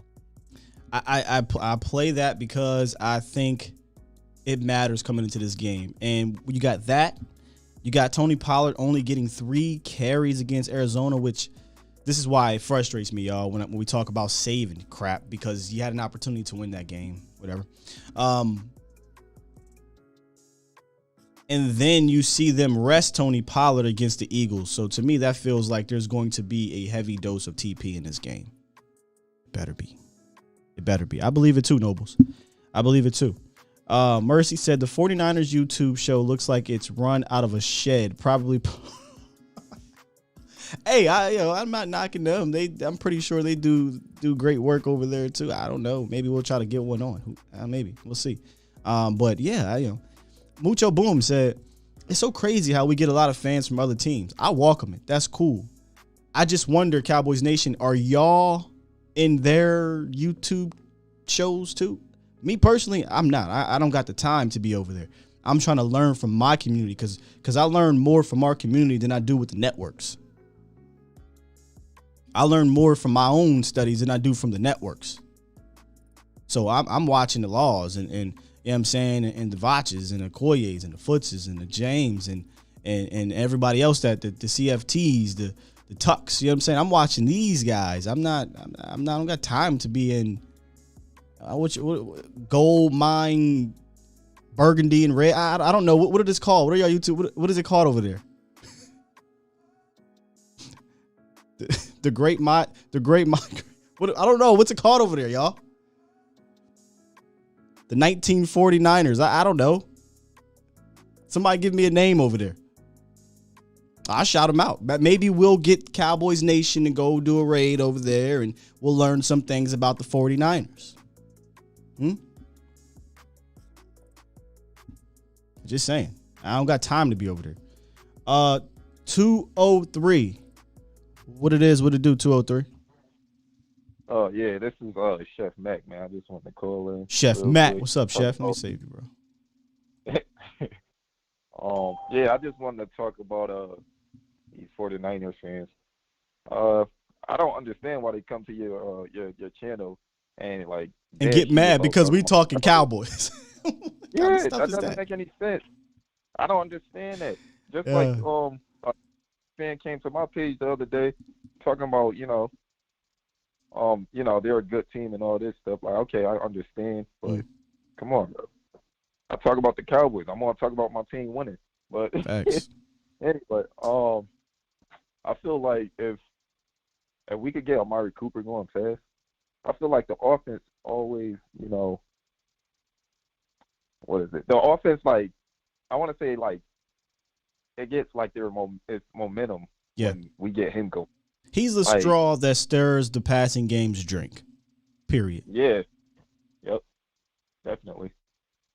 I think every game from here on out, right? But it should have been this way. But every game from here on out needs to feature Amari Cooper early and often because, again, as you'll notice on the defense side of the ball, if you start doing that, then their safeties are going to pay attention to Amari Cooper, and it's going to open things up. I wonder what D'Amico Ryans is thinking right now when he's watching this Cowboys offense, because on one hand, you're like, yeah, I should double or defend or show attention to Coop. On the other hand, you're like, well, in half of the games this year, he's kind of not targeted. So I really wish I could be a fly on the wall if he's thinking, do I need to stop a specific player or do I just need to stop a play, if that makes sense? Because, we get on Kellen Moore about not really having a scheme, but more just plays that aren't designed to go to Amari Cooper deliberately or CeeDee Lamb deliberately. So it'll be interesting to see how they come out and play the Cowboys, or if they just stick with what they do. And what they do to me favors Dallas. Yeah, yeah, definitely. They're freaking. I don't know. I'm just not scared of them. I feel like we're gonna beat them. Honestly, I mean, I don't think we're gonna blow them out. I just think we're gonna beat them. I feel like we're a better team all around. I do too. They're if we could stop their, we could stop Debo, stop that run game. I just don't see them beating us, man. I really don't. There's not too many teams where you can say, yo, if we stop the run game, you'll win. I 100% believe if you stop the Niners run game, you win. Other teams may have like, for instance, if you stop the Cowboys run game, people always say, well, just shut down Zeke and, the Cowboys offense will be trash. No, it won't. You may beat the Cowboys, but the offense ain't going to be trash. You're going to be fighting tooth and nail to win that game because we have offensive weapons in the passing game. If you make Jimmy Garoppolo have to throw the rock 35, 40 times, I will take the chances with the secondary that we have. We've been making things difficult on opposing teams in the passing game. So stop the run game, and not only do you have a chance to win, you got a chance to make Jimmy Garoppolo look awful. Yeah. My last thing, honestly, the Rams should have won that game. They lost that game because they was playing scared. Well, not playing scared. They was playing not to. You right. You absolutely right. They were playing scared. Yeah. And that's the difference between us, bro. Like when we get up, when the Cowboys get up, they're trying to run you out the building. You're right. Definitely. Definitely. But yeah, I gotta go, man. I gotta work tonight, so it was nice talking to you, man. Thank you for letting me on. No problem, man. Appreciate you, Chef. I'm definitely gonna keep talking, man. All right, man.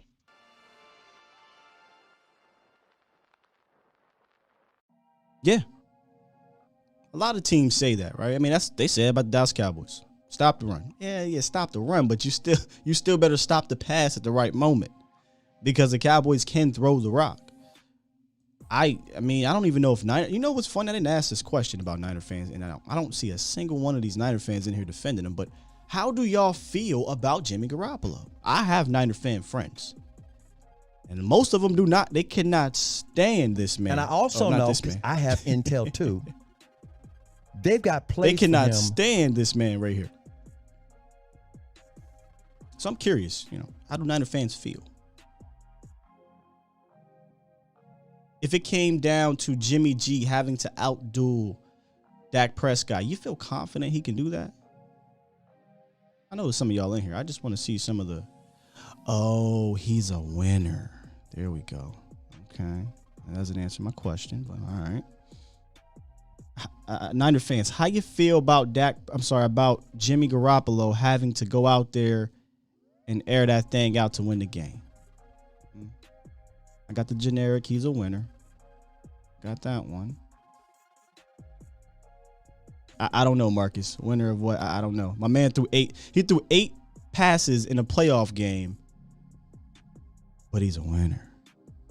Anthony C says he's clutch. Okay, I'm still waiting for an actual answer here.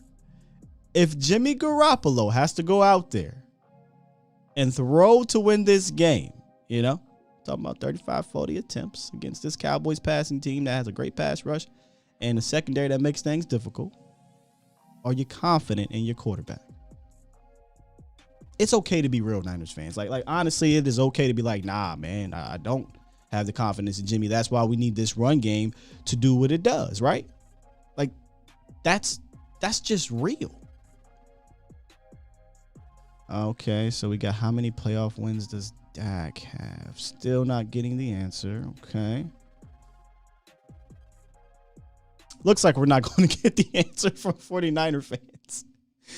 Okay, that's all I really need. That's all I really needed to know. We just going to ignore the question altogether because we know how you really feel about your quarterback. Your quarterback ain't good. And your defense it's okay. It's not the Super Bowl level D. Defense can be got. We've seen it happen. We just seen it last week. Yes, I have confidence in Dig not getting burnt. Talking about what are we talking about here? You would love to have Diggs on your team. You would love to have Diggs on your team. I told you, the passing game is not my concern. It's the run game setting up the passing game. Jimmy Garoppolo's not dropping back.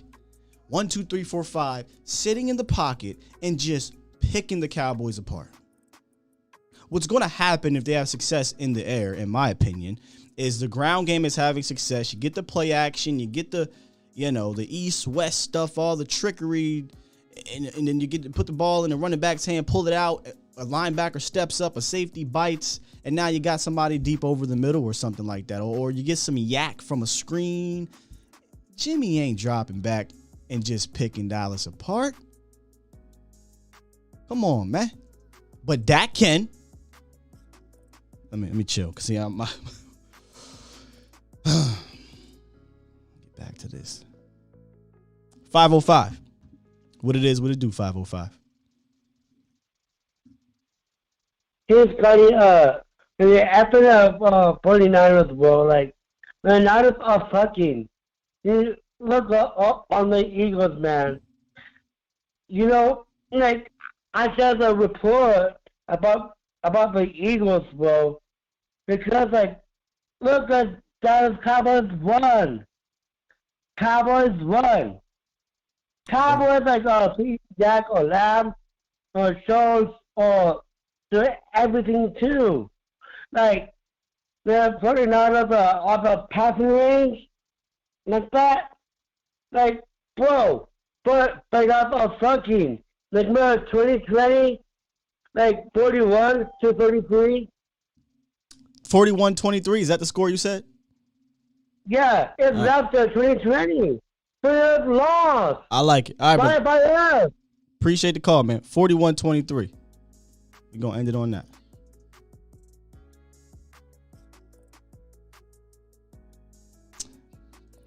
Let's get to DJ. Hold on. JR from Utah. You've been on hold. JR from Utah. What's up, man? What's up? What's up, Scott? Can you hear me? I got you, brother. What's up, man? I tell you what, I love it, man. I love the hype that you brought just a minute ago about them Niner fans, man. I know you keep your cool. It takes a lot. It takes a lot. Cool, I have no idea. Man, you compose yourself, because if it was me, and it is like, I'm lit. You know, I'm giving it to them. I have been. You know, I got a bunch of Niner fans over here that for the past couple of years just been ranting me. You know, we've been to what you guys done. We've been doing this. We play off this. We went to the Super Bowl. So I couldn't ask for anything better. This is what I wanted. It's time to put up or shut up, and let's go hit them in the mouth. You know what I mean? Like, I can't stand the Niners, straight up. Like, yeah, this is an old classic rivalry. Out of our, straight up. You know what I mean? Like, get your butts up out of our chat if you don't like it. You mad, but you over here listening to us, right? That's what I don't understand. Yeah, me neither. There's quite a few of them in the chat. There's not just one or two. You know, and yesterday too, like that gentleman said, sleep tight. Oh, I slept good. They'll be here all week. I slept good last night. They'll be here all week, and that's fine. You know, maybe there'll be one of the fans in there will actually give us some insight to the team. But other than that, the banter's cool. I'm cool with the banter. I don't mind it.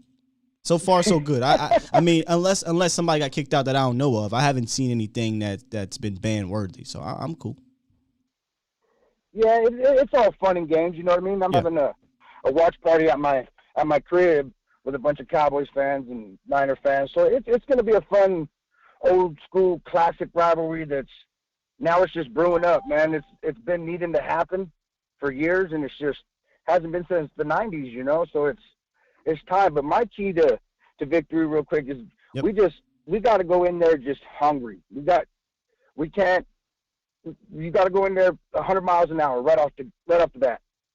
Just because if we don't, it's going to be a slugfest. But we're going to get them. We're going to get them. Scott, I just wanted to call you, man, and just tell you that I listen to you every day, straight up. I know I'm from Utah. You don't get many people from over here, but we keep it down for the Cowboys over here, man, straight up. So just want to say I love you, and we're going to whip some Niner ass this weekend. Sir. Keep it up, baby. Hold it down, JR. Appreciate the support, brother.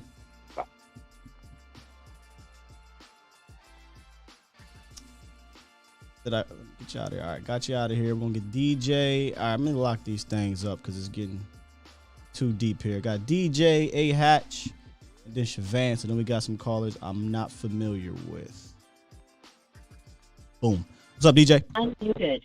Good morning, Scott. Great show once again, brother. I appreciate you going this long and getting me in. But I'm a Cowboys fan first, number one, and then I'm a football connoisseur second. I love everything about the game. I watch everybody. I watch everything. That being said, sometimes I do go to other channels. Now, I'm not as obnoxious as the 49ers fans are being in your chat today, but I have been elsewhere. Yeah, I have the to. number one thing that the number one thing that I look for is acknowledgement. So for the 49ers fan, I'm going to be gracious for about 10 seconds and let you know, yes, our number one priority, our number one concern is stopping y'all's running game because that's y'all's 10-pole movement. That's what y'all go for. George Kittle is one of the best tight ends in the game. Yes. Deebo Samuel is a very, very versatile, very, very talented player. We understand that. And your wide receivers as a whole are pretty good. You know, we never got an answer on Jimmy G, so we don't know how you feel about that. But he has won things, and he did go to a Super Bowl, so that does exist. That being said, there's nothing on that side of the ball that we feel that we can't handle. The number one priority, again, is the running game. But if we get a handle on that, there's not really much else that concerns us about your football team. But yes, you have talent. You can. It is a possibility that y'all can win this game. We just don't see it. And that's fair. I mean, you got me. Hold on, let me mute you. You kind of got me up loud. It's doubling back in here, brother. I'm gonna let you go, DJ. But man, all great points. Yeah, I was bouncing back there. But yeah, I mean that's fair. They got weapons. We understand they have weapons. We understand that we need to stop the run game. We just feel like the Dallas Cowboys are a better team. Point blank period. A Hatch, what's up, brother? Man, what up, Skywalker and Cowboys Nation?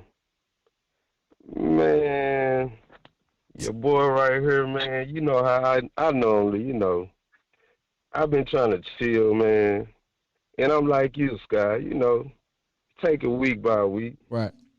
But we got to act a motherfucking fool this weekend. They act like Dan Quinn and Kellen Moore, they coaching like this they last game with the Cowboys. True. So guess what? They going in their bag. Everybody going in their bag. Because guess what? Everybody got a destination that we know we going to. The motherfucking Super Bowl. With all these 49er fans, I didn't look at work. They told me to take a 30-minute break because I had 8 people mad. I told you to take a break. See, you sound like some mess I'll be on back in the day. Yeah. Man, cause be real, Sky, with Gallimore, Odigizua, Randy and Parsons. Micah. Come on, man. Come on, man. Be realistic, man. How many teams got a guy like Micah Parsons that can literally wreck your game? Wreck your game. I can count probably 3 on him. From the linebacker position, I say, because they got a Nick Bosa who's a game wrecker. They just played up against an Aaron Donald, but from the linebacker position where an Aaron Donald can be taken out of the game with what the Niners like to do, Micah gonna be involved every single play, bruh. So get ready. Every play, outside, inside. They ain't gonna know what they gonna be. Where's 11? Where's 90? Where's 94? You can't contact everybody. You can't double everybody. You only got 11. You feel what I'm saying? But I'm gonna get up out of here, Sky, man. I just want to holler at you. You know how we try to keep it humble, but we the motherfucking boys. And 49ers finna lose by 18. I'm saying it. 18-point spread on it. It's gonna be close. Energy, bro. I'm tired of it, man. Cause you remember Key and Peele? Yeah. the TV don't went off back here. And you remember the guy who spoke for President Obama, his translator? That's y'all right now for me. And I appreciate that a whole lot. That's y'all right now. Y'all my translator. Let me get this back up here, y'all. But hey, man, I appreciate you, A Hatch. You already know it, boy. And I'm gonna come see you. I'm gonna see you this weekend, man. I'm gonna come up there before I go to work. I'm gonna come holler at you, and then I'm gonna shoot up out of there, man. All right, brother. You take care. All right, man. Y'all drop the lights, man. Stop playing, man. Yes, sir. A Hatch said.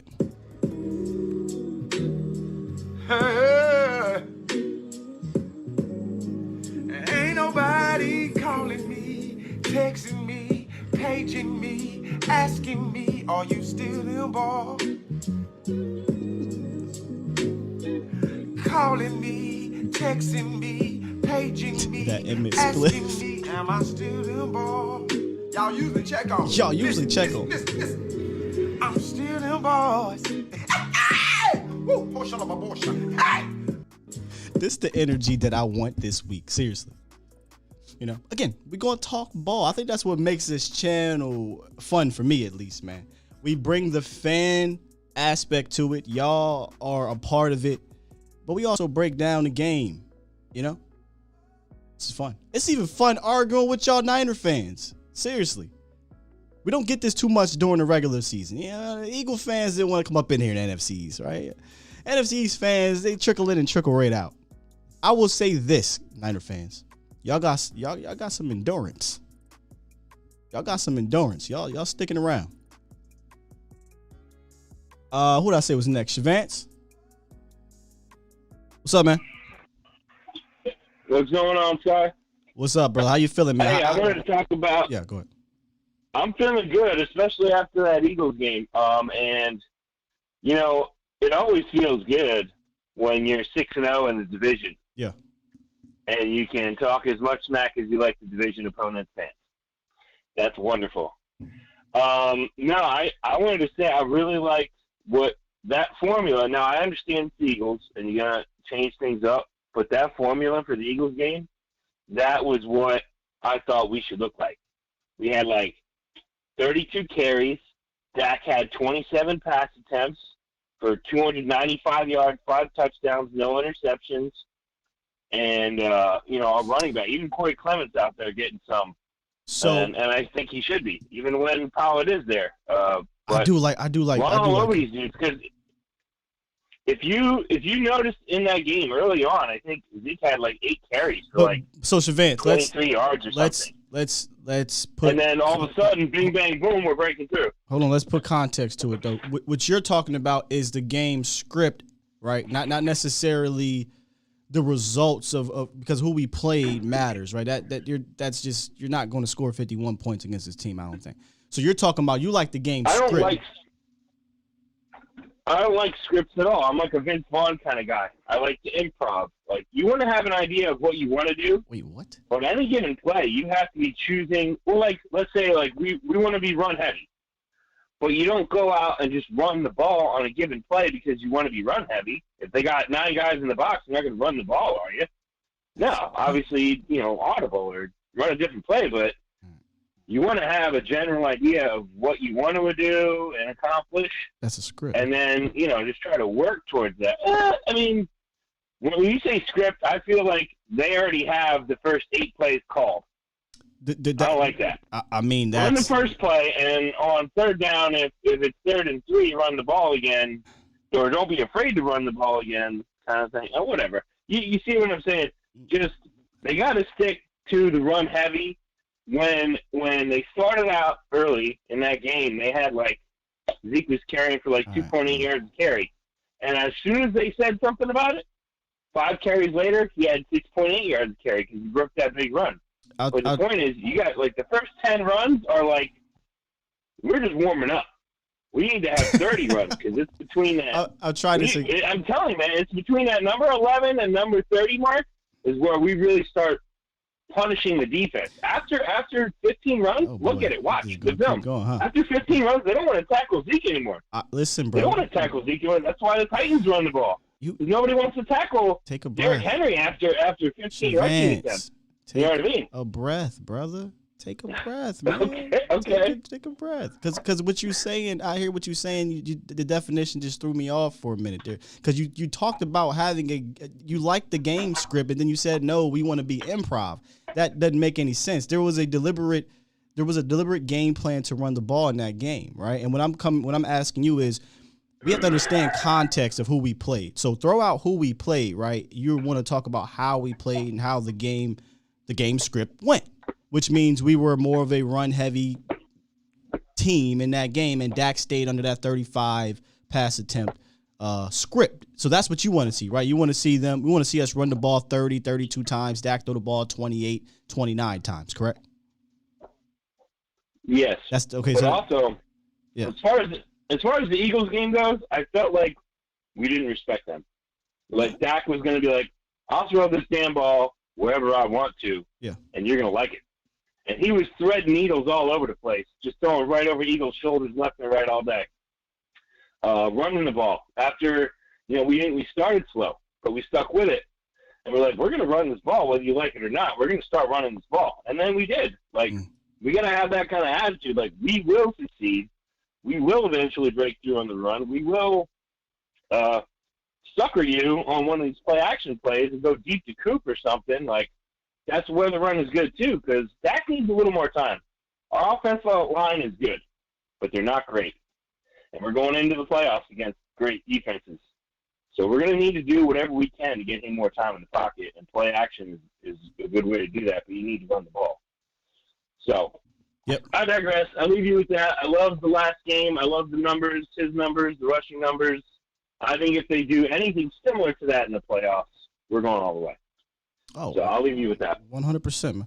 Appreciate you, Shavance. So I think out of all that, I what I'm gonna gather is we want to run the ball more and obviously effectively. I 100% agree. We talked about it at the top of the show in the roundup when Tony Pollard's name got mentioned. I think Tony Pollard and Ezekiel Elliott need to be involved in this game plan heavily. And I'm not just talking about how they were against the Cardinals, right? Shotgun, run up the A gap. What are we doing? Or we come to the line of scrimmage. Excuse me. We see one look, so we're, and again, that actually is normal. When you go to the line of scrimmage, all right, if they're playing back, we're just going quick audible. But that's not what was happening, in my opinion, in that game. We were coming to the line of scrimmage, and Dak was having to call in the whole play. And I just don't think that's going to be the Niners' way of doing things. If they do that, then that's something they're putting in just for this week. I don't think it's something you'll see play in, play out like the Cardinals did, because that's what the Cardinals do. The Niners aren't going to – that's not their game. And sometimes if you try to do something that week, that much, that's not in your blood, that's not in your DNA, you can get caught out of position. I've been missing a couple of these super chats. Super chat. B-Bird, appreciate you. A $5 donation. He says the Cowboys operates best when the D commits to something. Yep.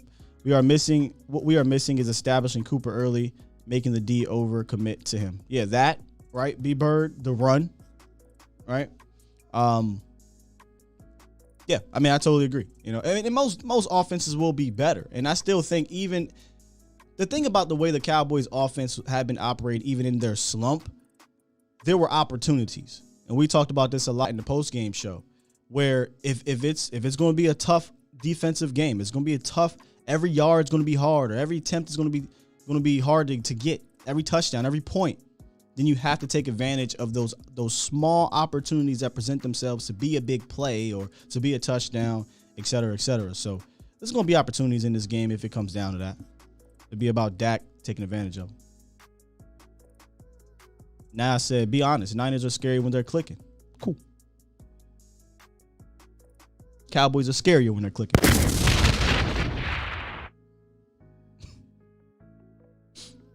$817. What it is, what it do, 817. Hey, how's it going, man? I just have one thing to say about the 49ers. I'm not worried about them because I feel like they're a one-dimensional football team. Oh, that bodes well for them. Absolutely, The one thing that I am concerned, however, as a Cowboys fan since the 70s, is the way the referees are going to call the football game. because we haven't been the beneficiary of too many good calls by the referees here, in the last 7 games, as far as I'm concerned. And the second thing that worries me is the kicker, our kicker. Don't say his name. He's Voldemort on here. Just say the kicker. Yeah, the kicker. Yeah. Exactly. But I love your program, and I'm a big fan. I watch your show, and it's the first time I called in, but I appreciate what you do. Thank you, brother. I appreciate the call. And I do agree with you. Refereeing and kickers could be one of those things that drag you down, but I'm trying to find this tweet from my guy, Professor O. Give me a second. I do know who the referee crew is here, and it was some interesting stats he had there. I think it's like Alex something. Let me find it. One second. Sounded like a pretty solid referee crew. Yeah, that's going to be good because we need the game to be fairly called, because there's been a few games that I've watched this season that I feel like that we got some really bad refereeing in the game. Yeah, it looks like it's going to be pretty even if I can find it. Here we go. Alex Kemp is the referee crew. His crew calls about 12 penalties a game for 100 yards, and that's combined for both teams. They called the Washington Cowboys game in December, and he said, interesting note, delay of games are the 3rd most thrown flags by this crew, so watch the play clock. So, I mean, I kind of sounds like we got a decent crew. So I'm cool with that. The playoffs should be about the players winning this game, not the referees. Yeah, absolutely. I agree. But I'm not really worried. I mean, I respect the 49ers because they are in the playoffs, and you have to respect every team. You can't take any team lightly. But at the same time, they are a one-dimensional football team, and I feel like I think that we're going to win big. I think it's going to be something like 44-17, something like that. I just think we blow them out. I'm with you. Well, I'm not with you with the blowing out part, but I don't think we'll blow them out. But I'm with you that they'll get the win. Let me say that. I think it's going to be. I think they're going to have some turnovers because I think we stop their run, and then it all falls on Jimmy G, and I think he's going to turn the ball over, and I think we're going to run up the score. But that's just my I'll opinion. say this. That is possible because of, and we've been pointing it out all week, right? Not this one, that one. Jimmy Garoppolo turns the ball over, man. 11 turnovers in his 6 losses. So, stop the run, and Jimmy G will give you the rock. Hell, he'll give you the rock even if they do run the ball. Yeah, and our defense is number 1 in turnovers. Yeah. All right, brother. I appreciate the call, man. Let me get to the final caller of the show so we can get on up out of here. All right, you have a blessed day. You too, man. You too. Really good calls today. Really good calls. Yeah, ref crew is the crew from the 12-12 game against the Cowboys and Washington. I did find that interesting note that their 3rd most thrown flag is delay of game. I mean, we could have used that crew against the Cardinals. For those that know what I'm talking about. That delay of game at the end. A couple delay of games. One of the delay of games was in offsides, but that's neither here nor there. 803. You are wrapping it up, 803. What it is, what it do. I'm actually pretty happy on the last call because I want the 49ers to hear this as they're going out. Okay. The organization has so much faith in Jimmy G that they not only draft their replacement, they drafted up for Trey Lance. That's how much faith the organization has in Jimmy G. That's why nobody, especially Dallas Cowboys, ain't scared of him. Mm-hmm. Yeah, I mean, I just wanted to were you here? Were you here when I asked the 49ers fans how they feel about Jimmy G, and I got no answer? Yeah. Okay. That's what prompted me to call in with that with the statement. I got no answer. That's why they could. But I just wanted to leave you there. You can expound on it if you want after I hang up. I just wanted to say that real quick, man. Appreciate the show. Thank you. Continue doing it, man. Thank you, man. Appreciate the call. All right. Yeah, he's right. Then that was an honest question. Like, I wasn't trying to troll or anything like that. It's just that I know fans back home who are Niner fans, and they're not gung-ho on Jimmy G. So, like, we got a lot of trolls in there. Good trolls. Y'all good trolls. Y'all cool. I'd imagine y'all are smart fans. You're on YouTube. I'm not saying every YouTube fan is a smart fan, but you're probably watching some YouTube content where we give you different variations of the team coverage than the networks will. I know you probably know your team very well, so I'll ask one more time, Niner fans. Is that y'all guy? That's the guy you're confident in having to win you the game if it's on his shoulders. Matter of fact, we'll just keep it to this week. Do you think this week against the Dallas Cowboys, he can go out there and do the damn thing? Aura says Trey Lance should be playing. I don't know if that's a Jimmy G. They say yes. So they're saying yes. I shouldn't have given a yes and no answer. That was easy. Of course they're going to say yes. All right. I'll let y'all have that one. Of course you're going. You're right. You're right. Why would I ask the yes or no question? Of course you're going to say. No one's going to say no. I'm going to say no.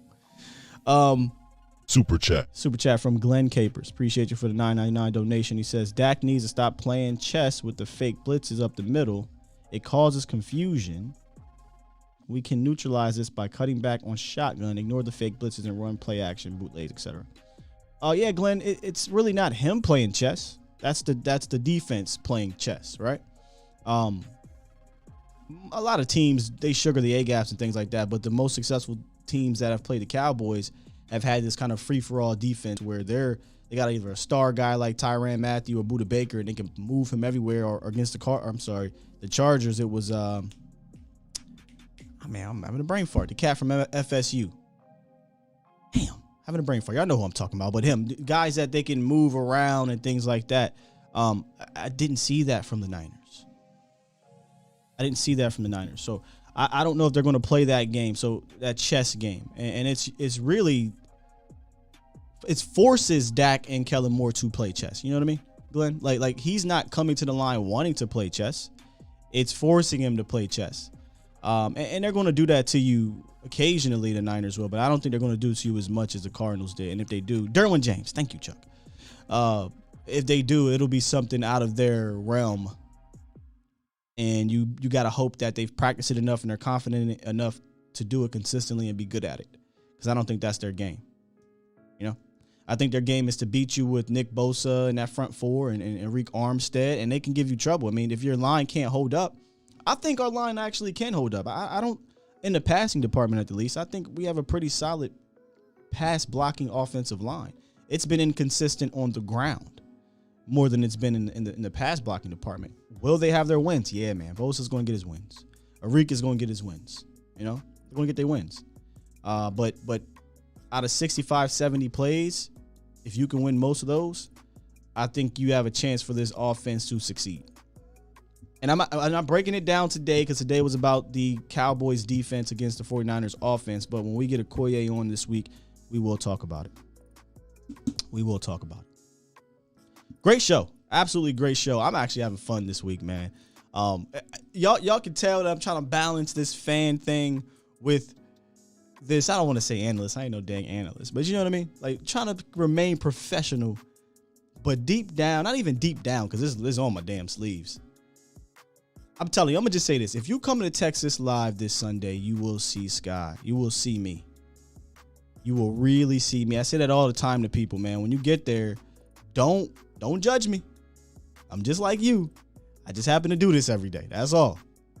And I will never hide that fact, ever, no matter where I go with this. If I become a reporter, which I don't intend to be, but if I become that, if we get credentialed and you know, and I'm able to be down there, any of that stuff, I would never lose my fandom. I would never let anyone take that away from me, period.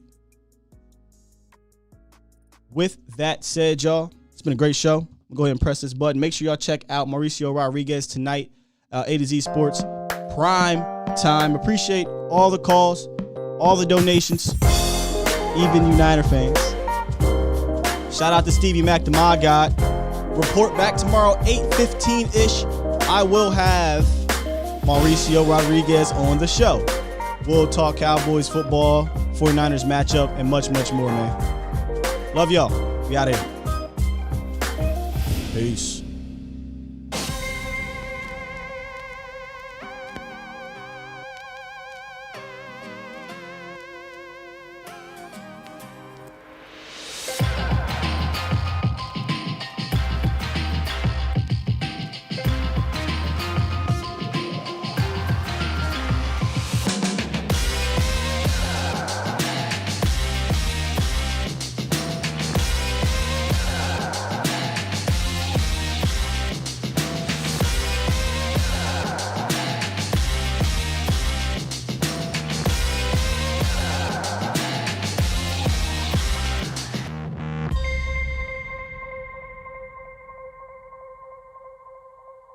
I want me some glory hole.